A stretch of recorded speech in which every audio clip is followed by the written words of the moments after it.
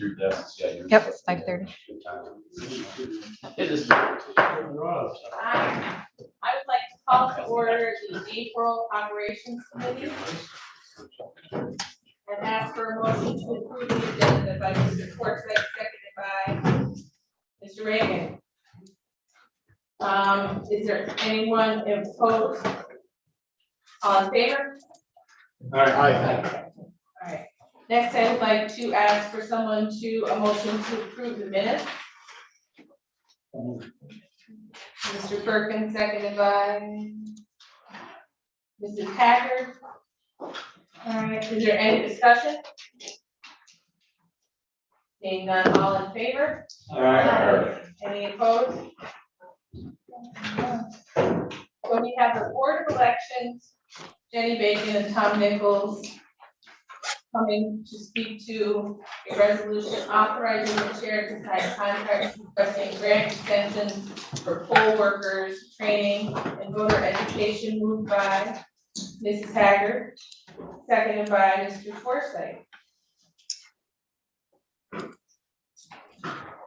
This resolution just extends the deadline for our poll worker training and voter education grants. And we do plan to use some of these funds this year as we've transitioned online training for all of our veteran election inspectors. Tom, do you have anything?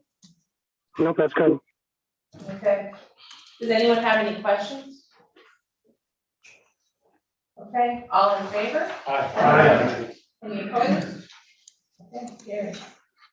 Thank you. Thank you. Next, on to planning. I have a resolution determining the countywide housing rehabilitation program round number 4, CHRP, is a type 2 action under State Environmental Quality Review Act, the SEQRA, and not subject to environmental review, moved by Mr. Smithers, seconded by Mr. Sheridan. Jason, are you there? Oh, there you are. Yes. Jason. Yeah. Go ahead. Good evening, everyone. Yes, just 3 resolutions tonight from planning, all grant related. This first one has to do with a new requirement from our funding agency, the Office of Community Renewal. They are requiring us to have a board resolution designating the housing work that we're doing through this program. So it is a type 2 action, which means that seeker is not really in play, or it's essentially a not subject to environmental review. So this resolution states as such. Does anyone have any questions? None? Okay, all in favor? Aye. Any opposed? This passes. Okay, thank you.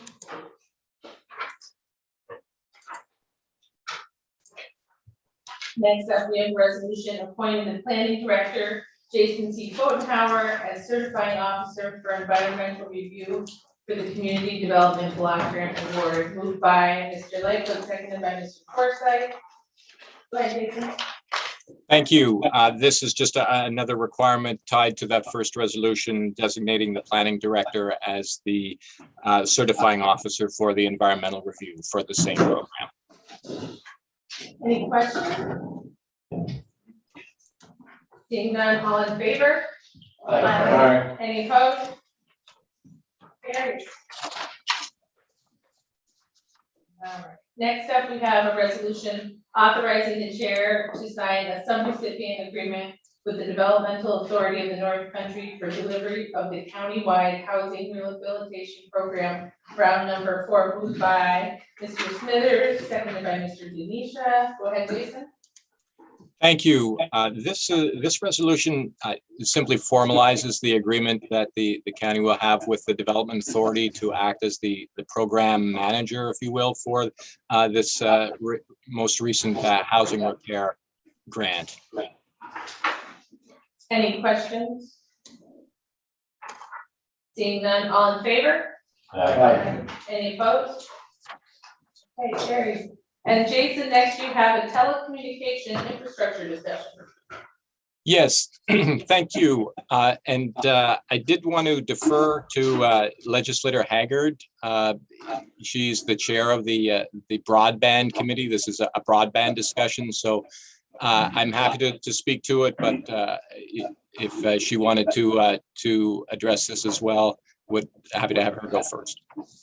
What's your pleasure, Mrs. Haggard? I would love to have Mr. Pfotenhauer go first. He's much better at explaining the intricacies of this. So noted. Thank you, Mr. Pfotenhauer. Okay, well, thank you. And so just wanted to bring a little bit of information back to the board here. You'll remember for some time now, the committee that was struck by this body to create the broadband committee. The committee has been meeting for several months on a regular basis. There's some subcommittee work that's being done as well. And we just wanted to sort of bring you up to speed of what we're doing most currently and what we're planning on doing going into the future with the broadband initiative. So one of the items that has been really, I guess, a time-consuming exercise over the last few months, weeks and months, is narrowing down the actual data set that exists that identifies the addresses in the county that are not served by broadband. We started with a list of about 7,000 addresses countywide, and we reached out to various service providers, ISPs, that had areas that they were serving, that we were looking at our data set and said, hey, we know that Slick, or we know that Verizon is in this area, or we know that Spectrum is there. Why are they on this list? So basically, it's been a combination of getting more accurate data from those ISPs and going through and doing some tedious work where we actually look at power poles and see if there's connectivity there, if there's fiber in various communities for that data set of 7,000. So we, through the efforts of a number of individuals, we've been able to reduce that list from 7,000 down to a little over 3,000. So we've taken out quite a few homes that were originally identified as not having connectivity, but in fact do have connectivity. So that's been the impetus for that exercise is obviously, before we can solve a problem, we have to define it. And so we're just trying to narrow the definition of where the broadband deficiencies are in the county. That's one activity that's been undertaken by the group. You may have heard about the New York Connect All program. That is funding that will be coming through the state. It's tied to the infrastructure build out, the infrastructure plan that we've heard a lot about. Money from the federal infrastructure program will be funding this New York Connect All, which is a great thing. The only challenge that we're now hearing is that there are the timing on that. Originally, we're hoping that there would be funding allocations in 2022. Now we hear that may be pushed back to 2023. No guidelines or formal funding allocations have been noted yet, so it could still come out in 2022. But what we've heard is that may be pushed out a little bit. So what does that mean? Does it, do we just sit back? No, we're looking at other maybe some, you could classify them as smaller funding opportunities or smaller funding funding sources that are out there. One in particular is known as the Northern Border Regional Commission. That's an entity that has funded things in St. Lawrence County in the past. Some of you may remember the JNL project down, or the JNL facility down in the Star Lake area. we use some NBRC money, Northern Border Regional Commission money, to help with the demolition of the buildings at that site. So the money is not foreign to being used in St. Lawrence County. There is money that can be used for infrastructure improvement through this Northern Border funding source. Lewis County received some funding from NBRC to do some broadband work in the past. So our intent is to write an application to this entity to see if we can secure some funds. It's not at the scale of the infrastructure plan, so there won't be millions and millions that will be available, but there'll be some money that can be used for targeted broadband expansion. So that's our intent, and we hope to be building or bringing a specific resolution to that effect in the next little while. Another funding source that we're pursuing is it's called the Emergency Connectivity Fund, and this is from the FCC, Federal Communication Commission. This was a program it's actually in its third iteration now. The first two were used to fund a lot of schools and libraries, Chromebooks that schools have been able to secure in the county were funded through this program. There also is some money that can be used for actual infrastructure. So we're looking at seeing how that can fit into our bigger broadband picture. And it may not be used necessarily for fiber, but it could be used for some other wireless build out that could help in areas where fiber just isn't an option in the county. So those two programs are what we're looking at in the near future here. And one thing just to keep in mind is that some of these programs, NBRC specifically, does require a local match. There is a 20% local match that is required to apply for those funds. And that would be something that could be borne by the county, could possibly be borne by other entities as well, providers, but there is a need to just have the understanding that there may be some money that is required from a match perspective. Other items that I just want to make sure I've covered everything under that. Oh, the Connect All, we're not sure exactly on what the match requirements for that will be, but when the guidelines do come out, we'll have a better understanding of that. Other local funds could be used for addressing affordability concerns.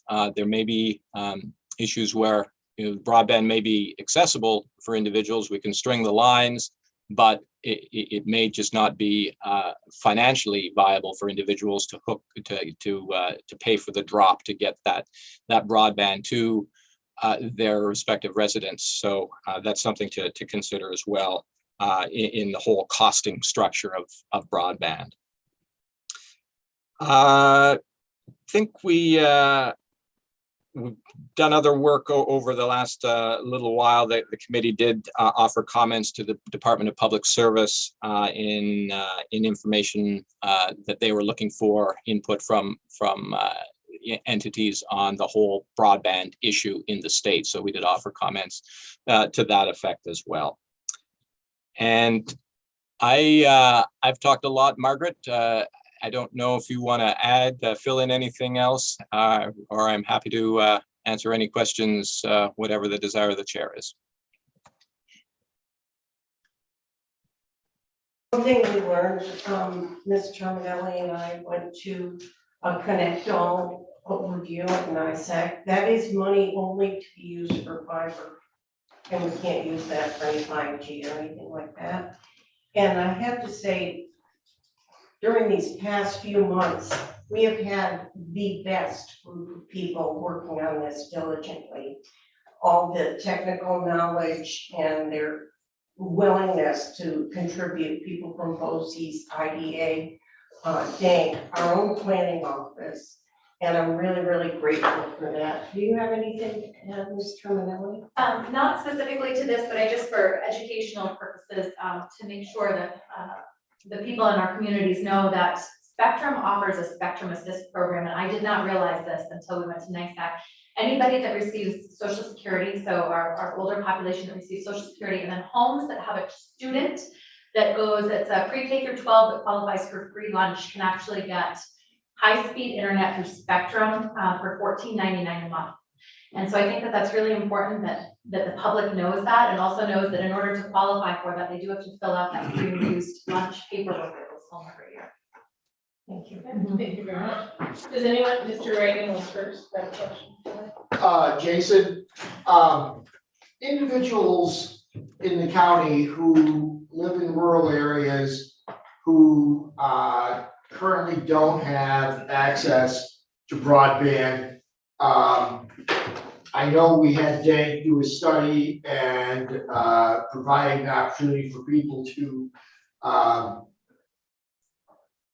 have their names and addresses included in a database. But can they, ones who did not, who weren't aware of the opportunity, can they contact your office and be added to the database? Absolutely. Yep, that'd be fine for sure. Okay, thank you, because every so often I hear from people in the rural areas who, you know, live across the street from a service provider, and the service provider's like, yeah, but we don't serve you.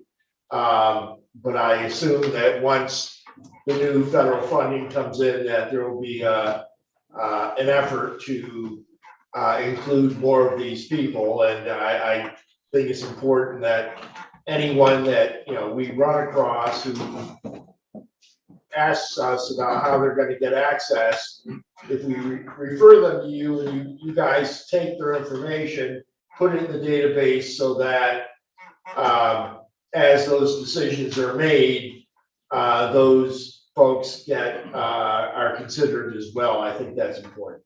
Thank you. Definitely. Very good, Mr. Lightfoot. Yeah, Jason, Joe Lightfoot. My question has to do with Black Lake and the other infested waterways in New York, but specifically Black Lake. Has there been anything coming forward from that Black Lake Association and or the planning department regarding what plan of action that there is or may be this coming spring and summer? Yes. Internet, I'm sorry, is it okay if I respond? sure, we're talking about internet, but Well, I thought we were, we sort of bounced from one thing to the other. Excuse me. I'll ask you that again in a minute. Okay. Thank you, Madam Chairman. Jason, thank you for your update and appreciate your hard work. Not to diminish broadband, but in the last 6 to 8 months, I've had numerous calls just having cell service. And I know I have a very rural district, but most people, there's a lot of people that don't even have cell service. Elderly people, they're concerned about getting an ambulance if needed, things like that, a fire, whatever it may be. Are there any initiatives to increase cell service, cell towers that you know of? Yeah, that's a great question. I know there's certainly some they call dead zones around the county, and we see new cell towers come in probably 1 or 2 a year through the county planning board. Most recent one up in Messina, but most of that cell coverage is looked at by the cell providers themselves. But certainly, if there are areas that you know of that are in a tight or not in a service area, we can when we talk to these providers, we can say, hey, thank you for your proposal up in Messina, but what about down in Parishville or wherever the deficient area may be? So yeah, maybe we could talk further about the specific areas, Legislator Perkins, and see where if we can get a provider in touch with you or with people that are looking for an area for a service that is not currently provided. That would be great. I appreciate it. Thank you. Mr. Yeah, Smithers? Jason, Harry Smithers here. On these funding programs that you mentioned, how does this money flow? Does it go to the service providers such as Spectrum? To reduce the cost, they say that this is a prohibitive factor in cost of going to remote areas. That's why it hasn't been done in the past. Also, you mentioned a 20% local match. And have you submitted a request to our committee for possible use of ARPA funds? To me, this seems like a COVID-related issue because of the increased need for broadband. And also, Margaret mentioned that it's for fiber, not 5G. But when we were talking with a representative from DINC, he was quite excited about 5G and saying that that was the way to go. So I guess that's like 3 questions. Sure. So the first question about how funds are distributed, every funding source, unfortunately, is a little bit different. Often the funds will come, if it's a county application, they will come to the county and be on a reimbursement basis. So the county would pay the expense and then be reimbursed through the grant amount or the grant program. For other projects that we were looking at recently that just didn't pan out, the money would go directly to the provider, the ISP provider. So, and they would essentially be the applicant. If whoever is the applicant is usually where the money is going to flow to and through. So, so this NBRC application would be a county application. The county would apply, would receive the funds, and then distribute it out as needed to a provider. The match question, yes, that's a good question, and that would be the intent, and to possibly use ARPA funds or other county funds to cover the expense of some of these local matches. In particular, the NBRC project. The way that project is working is there's a 2-step process. The first step is you submit a letter of interest, which we are going to be submitting to do the 22nd of April. And then the reviewing agency at NBRC will take that and look over all of their letters of interest. And we certainly hope that we will be one of the selected entities that will be asked to apply for the full funding amount. And so at that point, then we would need to secure a match or show that a match would be available to cover that expense. Your third question about 5G is, yeah, that's a good one. 5G is certainly, you've heard about it, see about it in the, read about it in the newspaper, see it on TV. Unfortunately, from a St. Lawrence County perspective, the 5G build out will be slow. I did see a map a couple months ago about where we were. I think we were like 288th. The county was 288th in the queue of where Verizon was going to roll out their 5G. So there may be other providers that will bring 5G sooner than Verizon, but certainly Verizon is the biggest provider in the county. So unfortunately, we will have to wait a bit before 5G. I hope to be proven wrong on that, but that's the latest I heard on it. Okay, does anybody else have anything related to this telecommunications discussion? Mrs. Hatcher? Thank you, Mrs. Chairperson. To answer Mr. Smithers a little more, I did request money from the ARPA funds, and we've yet to finalize that.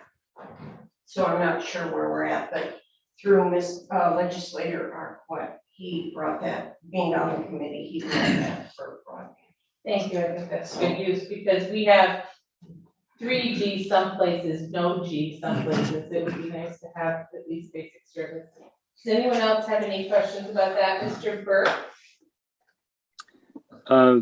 Well, my question is on the Senate's proposal to repeal the fiber optic tax. Do we know what kind of impact that would have on broadband expansion?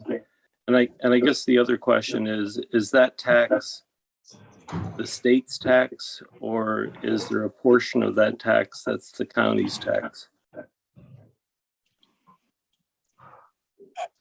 If I can answer that, if that's okay. Please. I'm afraid I don't know the answer about the distribution of what is state, what is county. I do know that it is a DOT right-of-way fee that has been waived, which is it's an excellent advancement. It will certainly help reduce the costs, the production costs, or the build out costs. Make ready is what they call it, the make ready costs for broadband. And it will only apply, however, to state highways. It's a DOT right-of-way fee. So if we're running broadband on other on town roads, county roads, there wouldn't be that same fee. But there are certainly areas where to get to the hard-to-reach areas, we do have to increase the broadband presence along state highways. So it's a real savings in that regard. I'm afraid I don't know the tax implications and the split, if there is a split between county and state.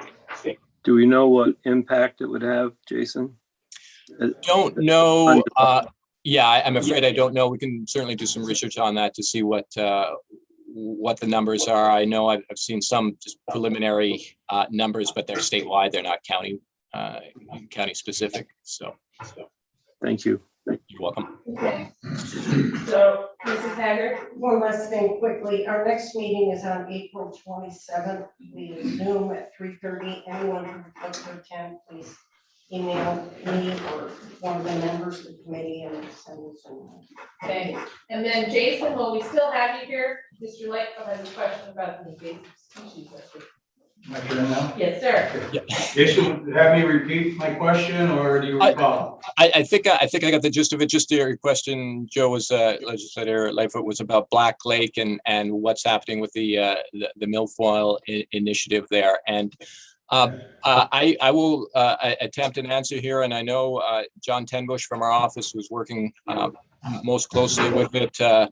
He was going to jump on the call later for the discussion that was tabled last month, but he may have some more information to add to it as well. But where we're at is that there's been an entity whose name escapes me now, but they're working up a technical plan on Black Lake, on the milfoil in Black Lake, and their work is supposed to be presented at a lake conference that's being held later in the month. I believe it's the 22nd and 23rd of this month, and we will have staff. John Tenbush in the office is going to be attending that conference, intends to get a good understanding of what this consultant has put together for Black Lake.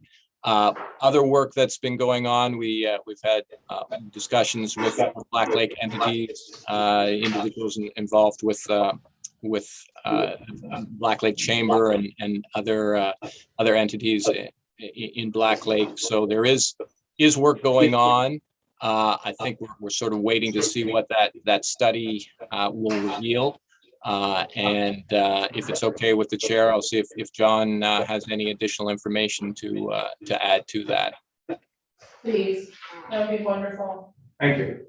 Okay, anyone else? Mr. Denisha? Thank you, Madam Chair. To Legislator Burke's question, and John, I'm not sure if this is just some anecdotal evidence that I've heard, In regards to the, what impact does the DOT fee have, the right of way? I've heard that it's up to 25% of the revenue. Okay, thank you. So we're all done with that? Okay, thank you very much, Jason.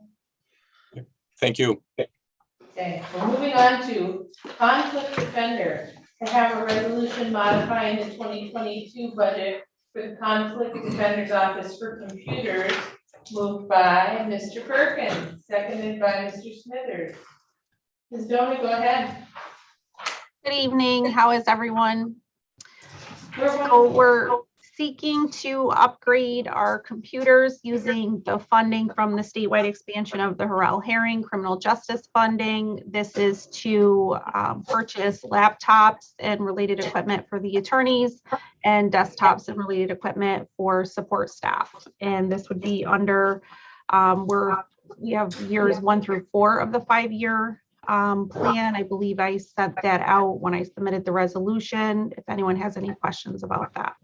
And I believe the estimated cost is approximately $9,500 for everything. Any questions from Ms. Dona?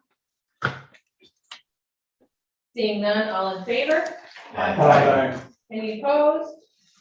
All right, carries. Thank you, Amy. Thank you. Have a good evening. I now have a resolution proclaiming the month of May 2022 as Mental Health Awareness Month in St. Lawrence County, moved by Mr. Smithers, seconded by Mrs. Haggard, Mr. Perkins. As you know, May, or you may not know, May is Mental Health Awareness Month.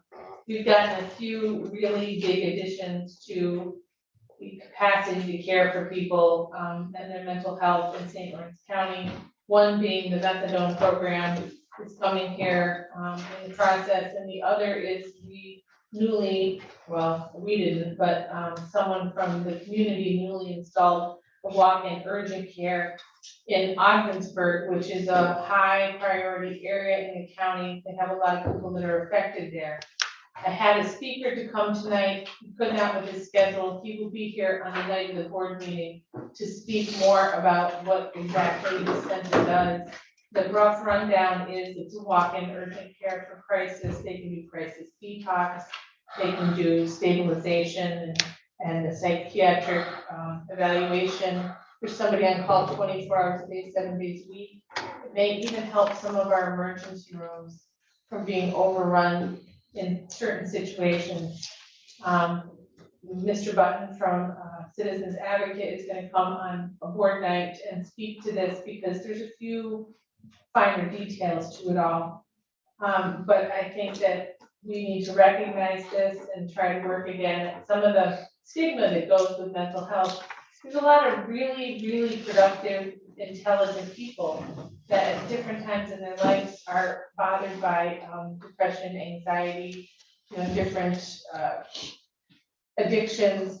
And if you get them through it and keep people from, committing suicide, they come out the other side many times much better than they went in, or for the situation. So I would just like to recognize this and make sure that it's publicly spoken about so people understand what new services we have in Ogdensburg. Any questions? Mr. Reagan. Madam Chair, and I'd also like to point out that Claxton Heifer Medical Center Just added a children's unit. just opened the long-awaited children's unit. What we've been seeing for too many years was that the children's unit, the psychiatric center, would be filled, and children in crisis would be sent to the ER at Claxton after having been taken to other ERs where they'd say, "Oh, you've got to go to Claxton." They'd show up at Claxton, and Claxton would say, "Well, we can't do anything with you because we aren't certified to provide that service, but we will watch you until, a bed becomes available at the children's unit at the psychiatric center. And, there would be sometimes, several children, on Christmas Eve waiting, to get into, care. And, I just, am very pleased that the, board of directors of Claxon Hepburn Medical Center stepped forward and worked with the Office of Mental Health to expand and provide, this critical service, which is going to be helping children from across not just St. Lawrence County, but the region when children are in crisis and families have nowhere else to turn. Yes, and we used to ship many children to psychiatric beds as far away as Pennsylvania. Yeah. So it's important. So any additional questions? Seeing none, all in favor? Aye. Any opposed? Carries. Thank you. On to the vacancy review committee with Mrs. Doyle. So this month, we held the vacancy review committee meeting on April 5th. We have 5 departments that submitted requests totaling 15 positions. The current fill rate, as I try to keep you updated on each month, we are currently at 89% immediate fill rate. Approximately 6% are the fill within 30 days, and then a lesser amount, 4 have either been held or withdrawn, depending on the circumstances.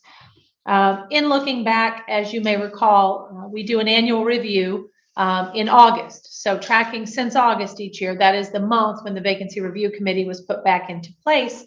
We're tracking our average of about 14 positions per month. And if that continues, we're on track for, traditionally our average has been separate from the 2 years of COVID, we've been at about 150 to 160 positions, and we're tracking right in that ballpark. So if in fact the positions continue at the rate we've been seeing them and the actions taken by the committee and by the board, we should end up in that same area.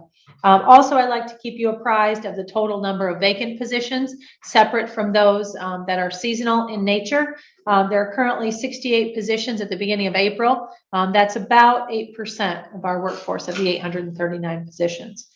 So that being said, out of our 3 committees this month, you'll hear from 2 departments tonight, probation and board of elections. Next week at services, you'll hear from community services and social services. And then at finance, you'll hear from highway. That being said, the first on, I believe, is probation. Hi, everybody. So Hi, Tim. Hi. So this keyboard specialist position is due to a resignation. This employee went to a legal secretary position, so it was a substantial raise. There was no way I could keep her, unfortunately. She's our first person you see as she comes in the office. She does our answers the door, answers the waiting room window. She's the first one to answer the phone, in line to answer the phone. She does our pre-sentence investigation corrections. She mails those out and does all that work. And she does a lot of our sorting of the mail when it comes in. Very busy position, so I did ask for an immediate fill, if possible. Questions on the position for probation? Okay, thanks, Tim. Thank you. The other position for consideration tonight is from the Board of Elections. Tom or Jenny?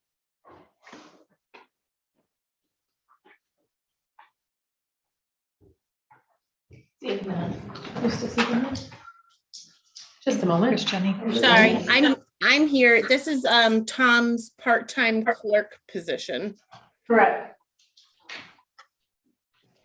Okay. Sorry, I was That's okay. not Let's see if expecting. She's left our office. This person does a lot of our clerical work, does a lot of the input of voter registration, and he is looking, I believe, to fill it immediately. Thank you, Jenny. You're welcome. what I didn't understand with this position is there's no salary, there's no cost associated. I see it's revenue generating because we charge back to the town bill, but what's the value of it? So we were, let me just make sure, we were updating this position. Do we have an updated one? We don't. do we? Time. One, we wanted to change. Part-time permanent. Well, a couple of things. We wanted to change the revenue generating. We don't consider it to be revenue generating. It's reimbursed. So we wanted to switch that over and add local to that so that, as we know, it's charged back to the towns and villages.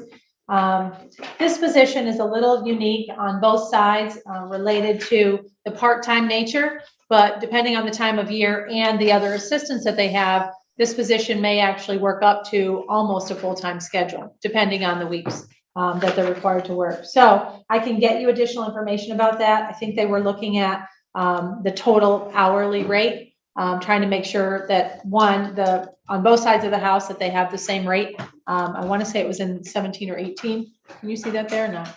Yeah, it's right around 1750 something, I believe. Yeah, 1752 maybe. So we can fill that in and make sure you can see that. Okay. And Sorry about that. these part-time employees do receive benefits. It helps us keep consistency in the people that are in that position. During a presidential year, they work almost full-time. Yeah. So depending, and then I think when they have slower times, they don't call them in or schedule them as much. Tom, do you recall the hourly rate we were looking at for that? I want to say it was 1755 or something like that. Okay. I think that's right around where we ended up. Okay. And we'll make the adjustment there to the reimbursement rather than the revenue generating as well. Okay. Any other questions? Thank you, Jenny, for speaking up on that one. Anyone have any other questions or questions for Tom? Okay. Thank you both. Thank you. Next, we'll go on to the county administrator's report. Yes, so there are two items included, and then just wanted to make you aware of the next week's time. The first is with the changes anticipated April 15th, we know the executive order will expire related to attending remotely for meetings in the open meetings law. We are seeing legislation that we're hopeful to have a conversation about tonight about how the board would like to move forward. So provisions have been created that would allow for remote meeting attendance to continue. In the past, what we had occur was legislators who might be traveling pre-COVID. If legislators were traveling on a Monday, they would be able to attend remotely individually. So during COVID, we've gone from all legislators being remote to a portion in a hybrid setup. And so I think the state is facing a similar concern and challenge. And so after this expiration of the EO, we're not sure yet if it will be extended, but what we understand to be moving forward is that counties can pass local laws that would provide for remote attendance to occur. And in doing so, a quorum would have to be present at the physical location. So at least one physical location must occur for the public to attend. And in the past, when we've reverted back, the idea was that any of you wanted to attend remotely, we'd have to publish your address. You might remember some of those conversations. That's no longer required in this local law or the potential for this local law setup. One physical location would be required, and that would continue to be the chambers here. But then also the written procedures must be drafted and policies attached to that local law that provide, posted on our website, how the meetings will transpire related to the transcription, related to the attendance for, in your case, committee meetings and board meetings. We must have the recordings. They're required, which we already do record our meetings. Those must be posted within 5 days, and those must be maintained in that posted on the website area for 5 years.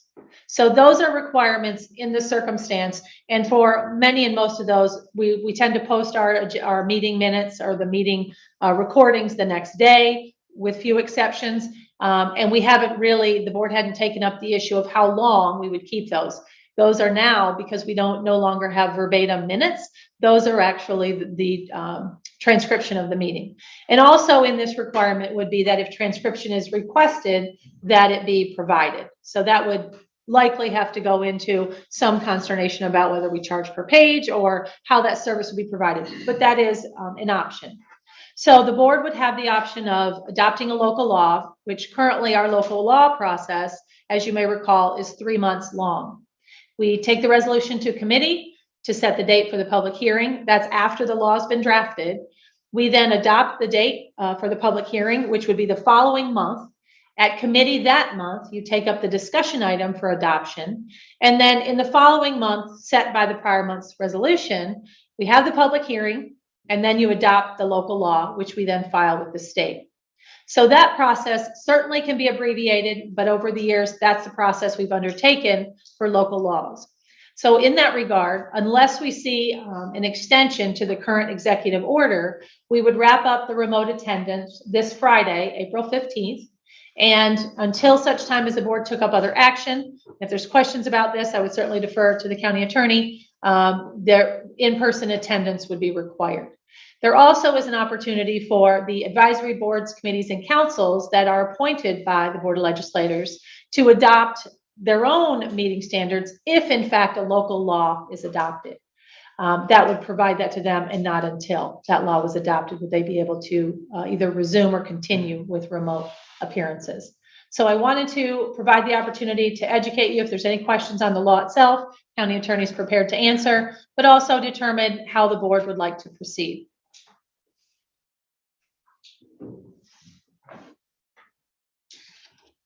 Questions? Mr. Forsythe. I'm just one person, but I think legislators should be required to be here. I definitely have done it both ways, and I understand the perspective, but you gain so much more, you can hear so much more clearly when you're in this meeting. As far as the Zoom meetings that we host, like tomorrow, we have one with the labor management. I would encourage those. It makes it much easier for people, especially people that are business owners. You know, they can't just drop everything and head over to Canton. You can attend those remotely, so I would encourage those. However, you can do that in the Zoom meetings, but as far as a board meeting itself, I think we should be here. Then that's just me, so. Mr. Denisha. I concur with when we started the Zoom meetings, gosh, however long, it seems like it's been forever. We did it so we continue to conduct business.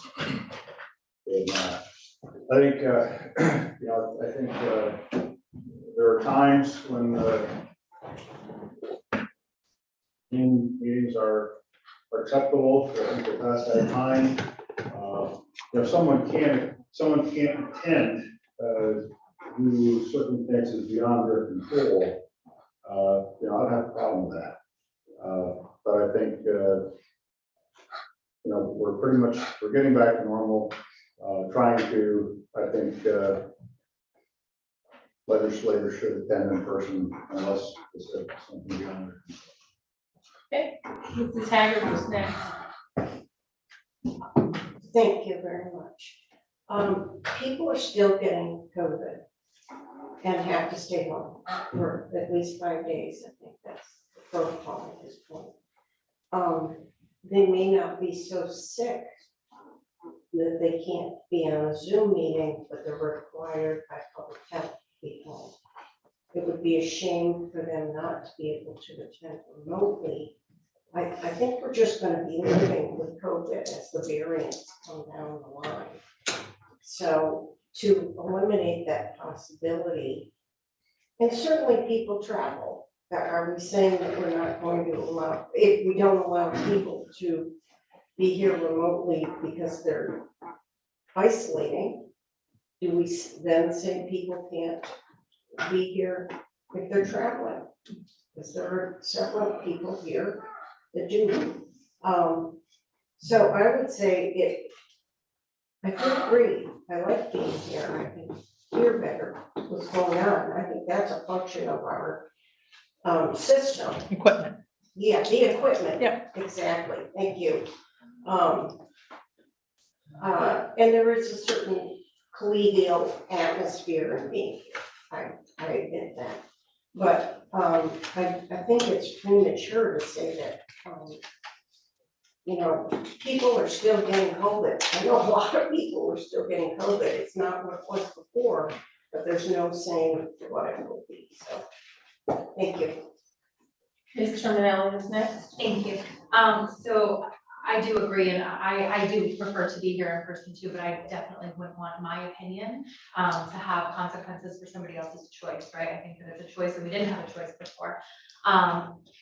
A local law process is a 3-month process. So if we decided to move forward tonight, that doesn't necessarily mean the local law would even be passed. We would have time to discuss that and hash it out and get input from people, our constituents, and how they feel about it.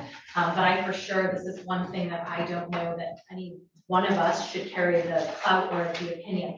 To clarify, if we didn't pass the local law, would all advisory committees, councils, would they have to meet in person, or would they be able to modify their own bylaws? So is it an all or nothing, I guess is what I'm asking for purposes of clarification. I believe if there's not a local law, they don't have the discretion to change their bylaws, but I would certainly defer to the So it would have a council. much larger impact than just us Potentially. on Monday night meetings. Yep. Okay, Mr. Arquette was next, and then Mr. Smith. Go ahead, Mr. Arquette. Thank you, Mr. Chairman. I think that the Zoom process is one of the better things that have been derived from the pandemic. I know it wasn't invented due to the pandemic, but I know it became a popular tool to use. For me, I'm 55 minutes one way to get to Canton. Throughout this process, I've Zoomed primarily, but there was a couple of occasions where my presence was, in my opinion, was absolutely needed, and I was there. I've heard a couple of my colleagues say use the term required, or that we should be there. I think that they're lending their opinion onto what should be the opinion of the voting community. I think each one of us answers to our constituency. I personally have interacted with dozens and dozens or more of my constituents that agree that they have no problem with me attending via Zoom, and know that if indeed there was a specific reason I needed to attend in person, I would. So what it does for at least one person that's driving 55 minutes is I don't charge any mileage. I'm off the road for 2 hours every meeting in which things can happen. And I agree with what Nicole said. I think we're dealing with a lengthy process, a local law. I would really beseech upon my colleagues to allow the process to move forward, and we'll discuss the pros and cons of it throughout the process. I support continuing with Zoom and a local law that says we can. Mr. Smithers. I normally prefer choices, but I think it would be preferable to have a commitment to attend in person for our legislators' meetings, and I think we can build into that some exceptions for, as Margaret said, medical reasons or travel, and we can decide what those exceptions are. And the committee meetings, I think I'd like to enable those to be done by Zoom, because as Dave said, for those of us that work, it makes it much easier to attend those. Mr. Akers. So I think the public has spoken, at least on the national level. I know when Elise Stefanik was attending a fundraiser in Florida, and there was a great outcry because she put in her vote by proxy, which actually 2 other members had done before.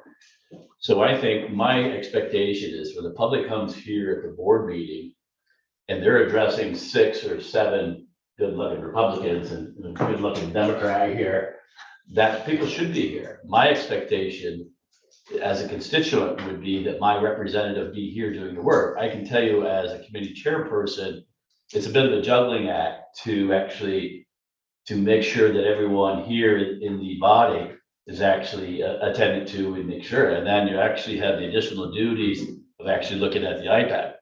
So when you have individuals here in the body actually pointing to you and saying, oh, somebody's got their hand up, it's a distraction. And I don't think that the subject matter is as meaningful. I think I would go along with what Mr. Smithers, with the idea that those that are elected should be here, and we can make for those special occasions or travel or vacation or whatnot off of that. Anybody else? Oh, Mr. Burke. I agree with Tony. Let's hear what our citizens have to say. The idea that a proxy vote is in any way a comparison to what our citizens expect us to do. Personally, I don't buy it, but let's go through the process. Let's hear what they have to say. And I guess I do have one question about Harry's proposal. Harry, were you suggesting that we would all be there for the full board meeting, and that proxy, or not proxy, but Zoom might be available for committees? Is that what you were suggesting? No, when I said committees, I meant the special ones, like the court committee or not the Monday night meetings, but the other ones throughout the week. As far as the three special standing committees, I think I'd like to see a commitment to be here in person, like the full board meeting. Well, I guess if I could just ask one more question, what's the cost? What's the mileage cost that has been saved with Zoom? And again, let's ask our voters to weigh in on this, but let's give them the full picture. How much money have we saved? An assessment of what has not been done since we've had Zoom meetings. I know as far as our department heads attending via Zoom, I don't think we've skipped a beat. So I guess let's have a full presentation of all the factors, and let's ask our constituents what they want. Next up was Mr. Akers. Well, I don't know how you would ask it if you put a referendum on the vote here in November, how you would put that on the ballot. Each of us is here is elected by the 7,000 people that you're representing in your district. So I would say that the vote is actually, the public has already decided, and as members of selected by the public, this board could by vote actually determine whether or not the presence of legislators is required or not. Okay, next up was Mrs. Terminelli. Okay. I just wanted to comment to what John had mentioned. I mean, I know specifically, I travel a great distance, as does Harry and Tony, and it was about $200 a month to the taxpayers, sorry, in reimbursement. But I don't feel any less committed to the meeting when I'm sitting there, right? Being present is all about where your mind is and in what you're doing, not where your physical body is. So I don't think that where you're physically located has any connection necessarily to how committed you are to the topics at hand. Mr. Smithers. Yeah, this is sort of a question. Because it's a lengthy process, I'd like to see us get this started rather than prolonging it. My question is, if we decide something, is this a plan that could be amended down the road when we decide that it needs to be revised or tweaked this way and that way? Or tabled or amended, or, I mean, that's the lovely part. So if really the guidance I'm looking for is if you'd like us to begin drafting a local law for consideration. And what that would look like is setting a date for a public hearing and then the draft of the law, that everyone would have a chance, it'd be out in the public as well, to either bring amendments to, changes and or put it on hold until the board determines how it'd like to proceed. Okay, anybody else? Well, if I may. Mr. Akers, go right ahead. So mileage is a factor. Rick Perkins, I don't know how many miles you could travel. I'll let you travel. You, Larry, travel. I don't know how many miles Harry Smithers travels. I don't know how many miles Bill Sheraton. Those are probably they've been here just about every meeting.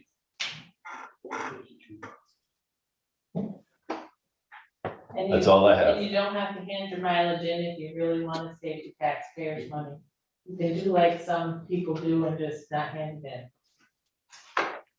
Mr. Perkins? I prefer to be here, because as many have said, I get more out of it. Zoom doesn't work the best. I lose a lot during it. It stops.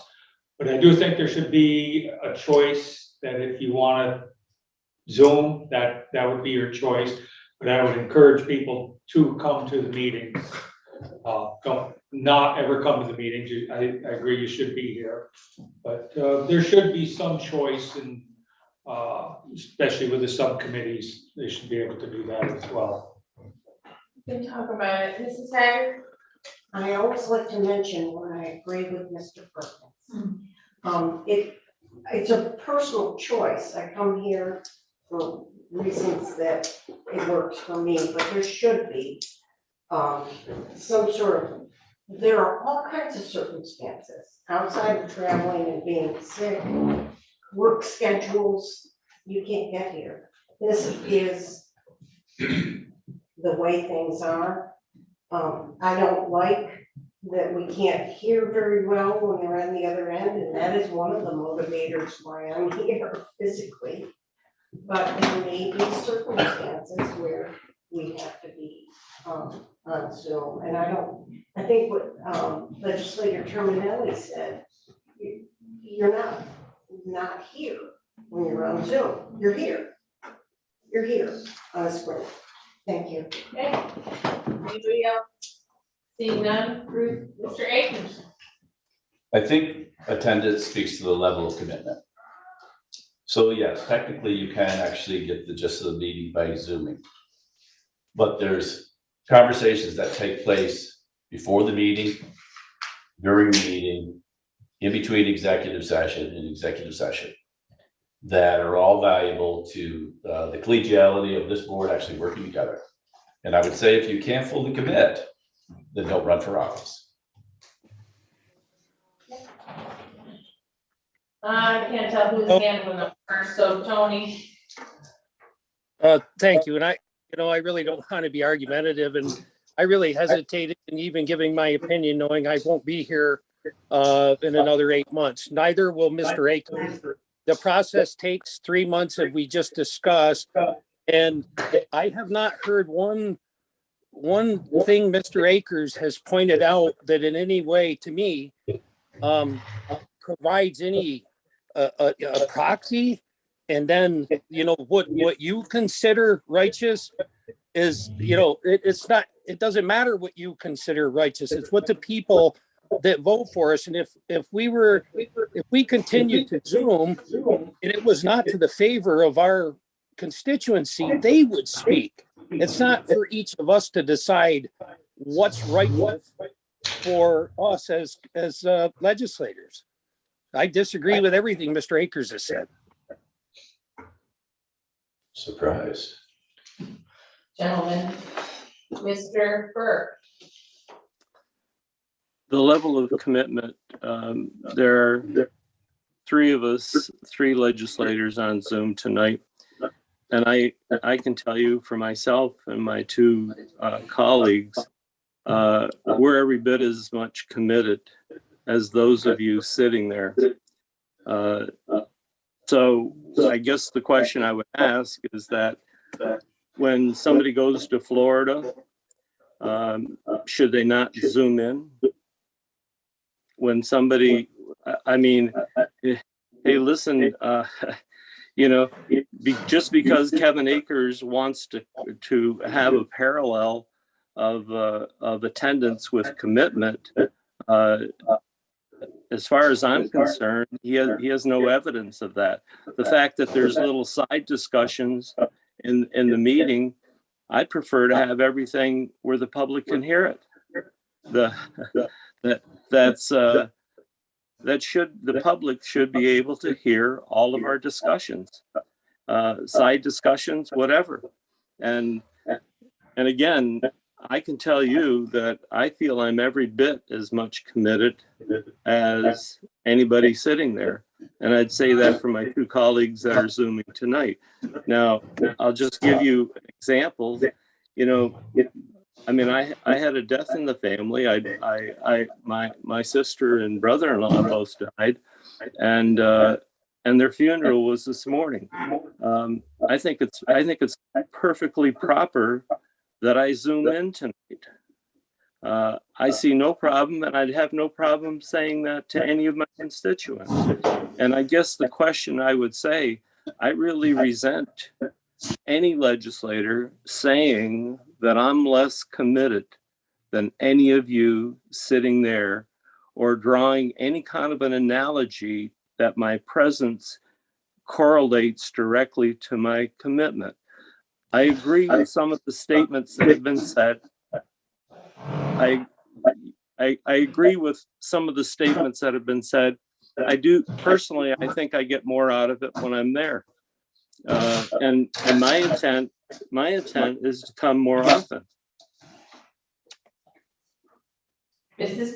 Terminelli, Last time, and I just want to close by saying I would like to think that we would implement and practice the democratic process and at least put this out there and let it go through the 3-month process just to see where it ends up and not make any rash decisions tonight that would prohibit this from moving forward, or if it doesn't move forward, not moving forward.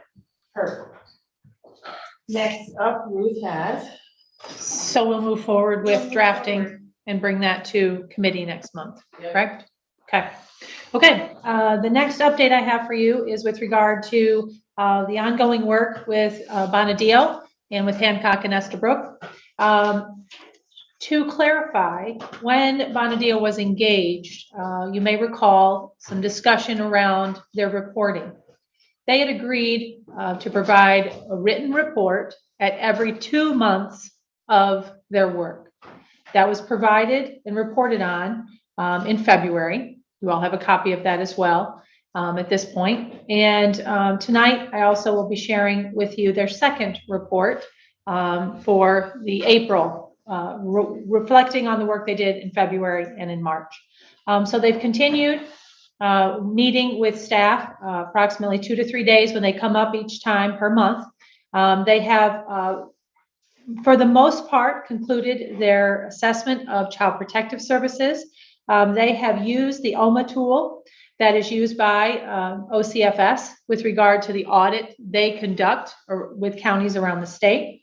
They have reviewed open cases, closed cases, and the FAR cases, which you may recall are the voluntary service cases that some counties don't participate in the FAR program, but St. Lawrence County does. So they've taken a sampling of all 3 types for Child Protective Services. They have now been moving on and working through foster care services and sampled 15 cases and among 4 variables, among others, that they're looking at. They are looking at the frequency of the department face-to-face contacts with children in foster care, the efforts made by the department towards permanency goals, the visitation practices in place, including the causes when there are cancellations. And they're also looking at the frequency of case conferences with supervision by department supervisors. So those are some of the areas that they've been focusing on, as well as in preventive. So those are the cases. They've taken another sampling of 15, again, open and closed cases as well. They're looking at, in the context of the performance improvement plan, you all may recall that came out of the audit that happened in the fall of 2020. So they're taking the performance improvement plan and they're measuring that against what's being done in the department now. They're also utilizing the OCFS Preventive Services Practice Guidance Manual in the work that they're doing at this point. They're also going to assist Hancock and Estabrook. As we understand, and you've been made aware, that some of the complainants have been reluctant to meet. They're going to dedicate one of their staff members to pulling the case review information from the various places, case notes or connections or the service information they can gain access to. And they'll also be sitting with the attorneys. So they're going to reach back out to folks who initiated the complaints that were submitted in October. And they're going to indicate that one of their team members, as well as the prior person who had reached out. At the beginning of March, contact was initiated with the representation that individuals have identified are representing them. And there's been no response to date. So they'll follow up, offer for the opportunity for the staff member to sit in as well, to go over things. And they'll continue working to do those case reviews regardless, and be able to bring back information on that to both our new commissioner, who is here with us this evening, Joe Sieber, who some of you had the opportunity to meet, but certainly after the meeting, please take a moment to introduce yourself, as well as continuing moving forward, understanding that there will be recommendations out of the work that they're doing, and there will be best practices reflected upon for what our department's been doing, but they're also going to take the time to recognize where they've been doing things well. So I think that's really going to give our new commissioner, as well as all of you, an update and understanding of the work that's been done, that you've had Bonadeo come in to do. Also understanding that these are the folks who know how to go about this process of agency review, as specific as CPS, as broad as a full agency. So I think out of all of that, we would expect at the June 20th services meeting to finalize the work that they're doing and to be able to bring that to you for your discussion, for your debate, for your guidance to both social services and to the county. Questions? So Ruth, how many complainants are there? Is there an official tally of actually the number of complainants? You mean that have submitted? Yes. I believe that number was very high to begin with. I think it was in the low 70s. I think that had been a number of family members in the same case. I believe that number has been reduced at this point, and they're seeking, I believe they're seeking approximately 20 to have meetings with that I was speaking to. So my expectation is, if I am representing a constituent that has been one of the complainants, and then we're actually talking, okay, we did 15 random ones, why would not that complainant be one of those cases and not random? Well, in the first instance, the agency review is random sampling. And now they're going to be pulling all of those related to those specific cases as well. So I think specific to the case we've received a complaint about, they'll be able to look at the case information, and they'll also be able to measure it against the work that they've already completed. So you're saying that all these cases where there have been complaints will actually be examined then? Yes. Thank you. Mr. Lake? Correct me if I'm not hearing correctly, but did I hear that Bonadino was going to be a part of the interview process along with Hancock Estabrook? That is how they're moving forward, yes. Is that the way it is going to ultimately work? And if so, who's the lead agency here? Who is taking the lead in lining these folks up, choosing a location, being the primary interviewer of these people? How will that be determined? So the primary is Hancock and Estabrook, and Bonadeo's providing the case review and the information specific to the case to the folks involved. So they've been coordinating. We've certainly made our facilities available. If they want to meet here, that's an option as well.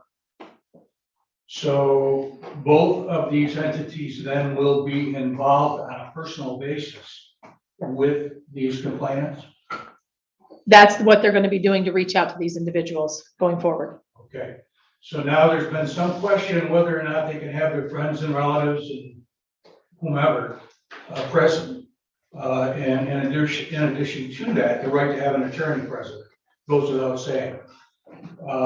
We have tried, the county attorney has tried to reach out to Mr. Phillips, and I don't know that to this date that he's received any, anything of an affirmative way from Mr. Phillips that he either does or does not represent these people, and whether or not, if they request an attorney to be present during the interview, will he be available or will he take it upon himself to do that?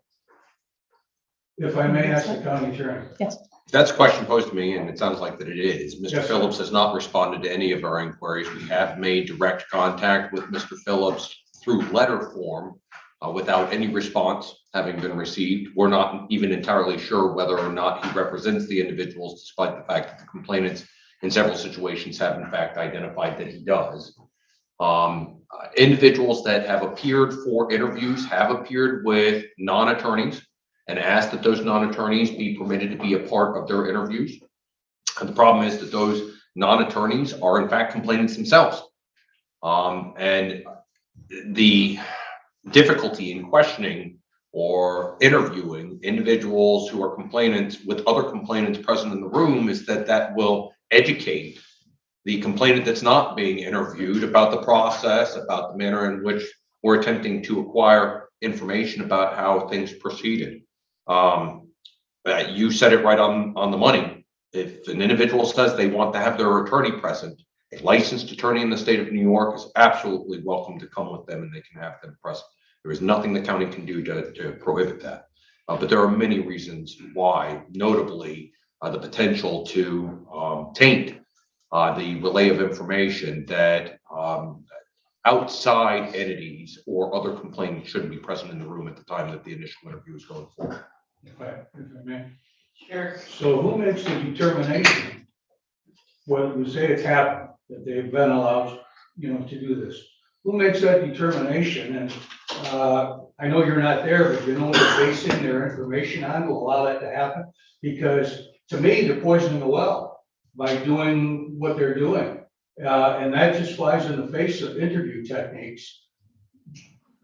You don't do that. That's not the way to conduct an interview.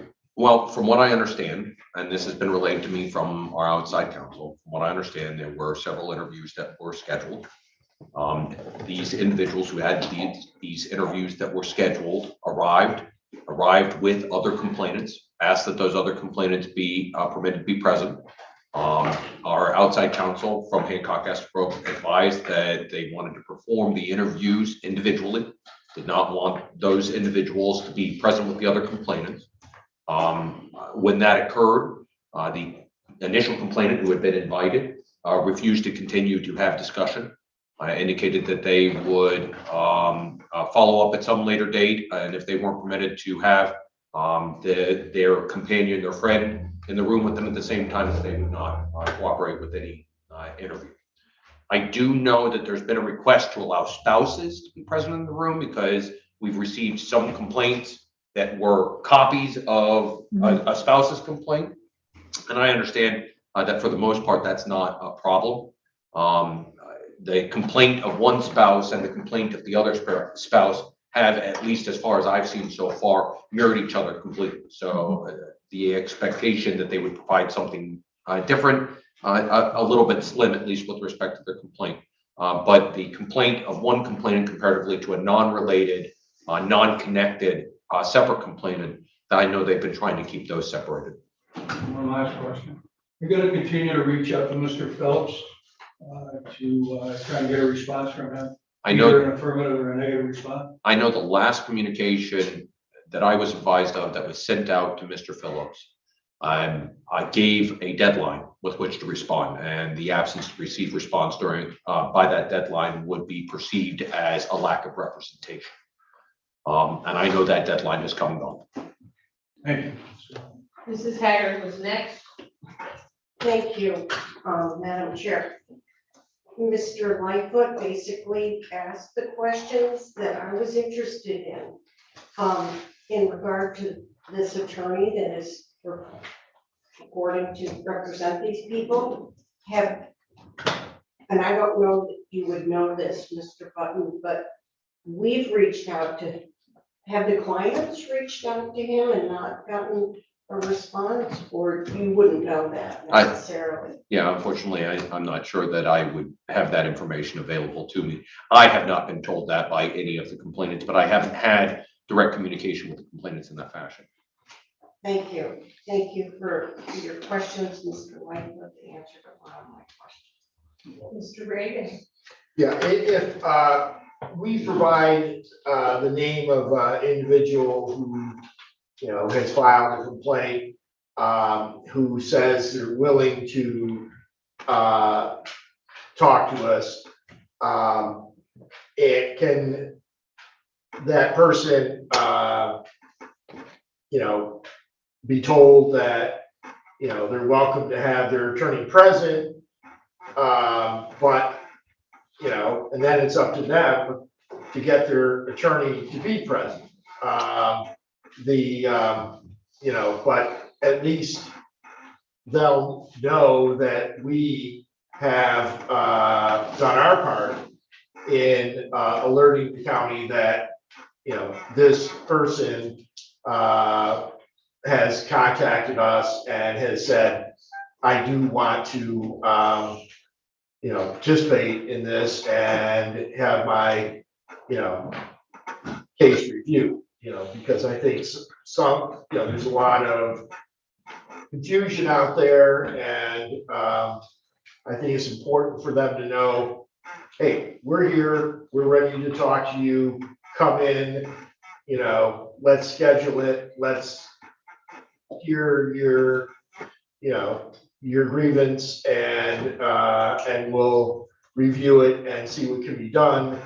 And it's your choice about whether or not you have to have, you want your attorney's welcome, get your attorney here. But we're here and we're ready to talk to you when you're ready to talk to us. If the question is posed as to whether or not we can inform these folks that if they have counsel, the counsel is more than willing and capable of being present at the time of any interview, it's my understanding that's been relayed to them.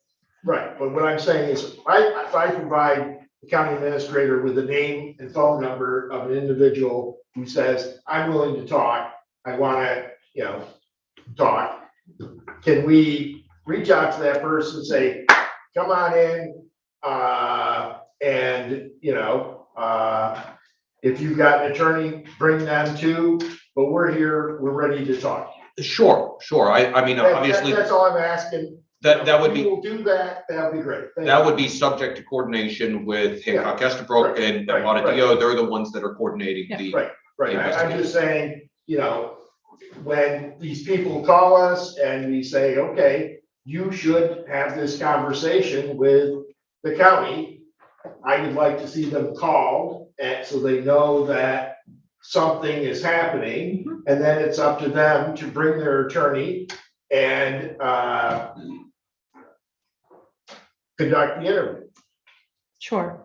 And I think, Steve made the reference to husband and wife or family members around the same case or situation. That was the higher number in my response to Legislator Akers, that they have worked to identify whether they were duplicate complaints or what that looked like to be able to get a number that they could speak to. I think that's certainly something we're happy to make arrangements for with the folks. But what I want you to know is that they're going to continue moving forward and reviewing those specific cases regardless, and be able to continue their work. Our hope is they've submitted these complaints, they've asked for someone to talk to, someone's reaching out, just like Legislator Reagan said, we'd like you to come in, bring your attorney if you have one. Further the discussion on what was submitted really is the goal here, to be able to get to an end that identifies the areas that we may need to work on, the areas that we may have done appropriately, and address the concerns moving forward. Any other questions right now? Mr. Forsythe had one. Just a quick question. You say bring your attorney. Isn't that cost prohibitive to some of these people? There's got to be some, or is there programs where they can be afforded an attorney? Because I don't think attorneys just jump over and say, yeah, I'm going to go interview for a couple hours with you. And we aren't requiring attorneys join. No, and I understand that. Okay. But for the people Who are that choose to concerned. have one, but may not necessarily be able to afford it. No, there is no program that provides counsel under that fashion. There are really only a handful of scenarios under New York State law, and they're found within County Law Section 722 that require that we assign counsel and cover the expense associated with it. There are counsel that will do this type of work sometimes on contingency fee arrangements. Many of these folks that are complainants that previously had counsel that represented them during the course of family court proceedings. And they may be able to speak to their outside counsel associated with that family court proceeding about this. But as for whether or not the county will just afford, I want to sort of draw something to your attention about this entire process. These are individuals that have alleged that the county has engaged in some sort of wrongdoing, the court has engaged in some sort of wrongdoing, and have threatened to a certain extent a civil lawsuit against the county. I would find it actually somewhat bizarre for the county to turn around and say, please have a free attorney so that you can sue us. There's nothing that I'm aware of out in the law that requires the county to provide attorneys for the commencement of a civil action against the county in that fashion. And I'm not encouraging that or making that. My problem is some of these people probably just can't afford an attorney to be present with them. And I have to admit, to a certain extent, might actually make things considerably easier if there was an attorney who understood the process, understood the law, understood what they could do, and could advise them that they trusted. That would probably make things much easier for Hancock and Estabrook, probably much easier for me, because then I can have that discussion with the attorney and say, hey, this is what we're looking at. But obviously it makes things much more difficult when you're dealing with a pro se, an unrepresented party, who isn't at that level of competency within the law. Oh my gosh, you're set. So then I think ladies first, Margaret Haggard had her hand up at the same time. Thank you. Discrimination. Discrimination. Discrimination. That's okay. Ladies first is a timely, honored tradition that most gentlemen go with, Mr. Akers. Thank you. I think that's gonna be a class action suit, being a woman chairman here. Just Go ahead. joking, just Thank joking. To Mr. Button, a contingency case is a contingency, right?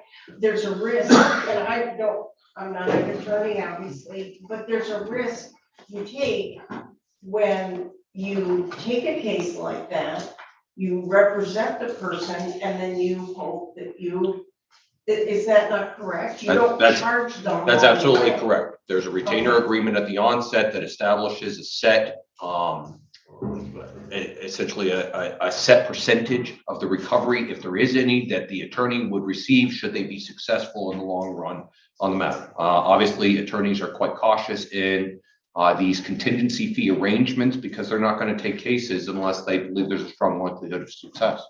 Right. Thank you. Okay. Now, just to be perfectly clear in regards to somebody that's not able to afford an attorney, in those cases where they're going to family court, an attorney is provided for them in that case, right?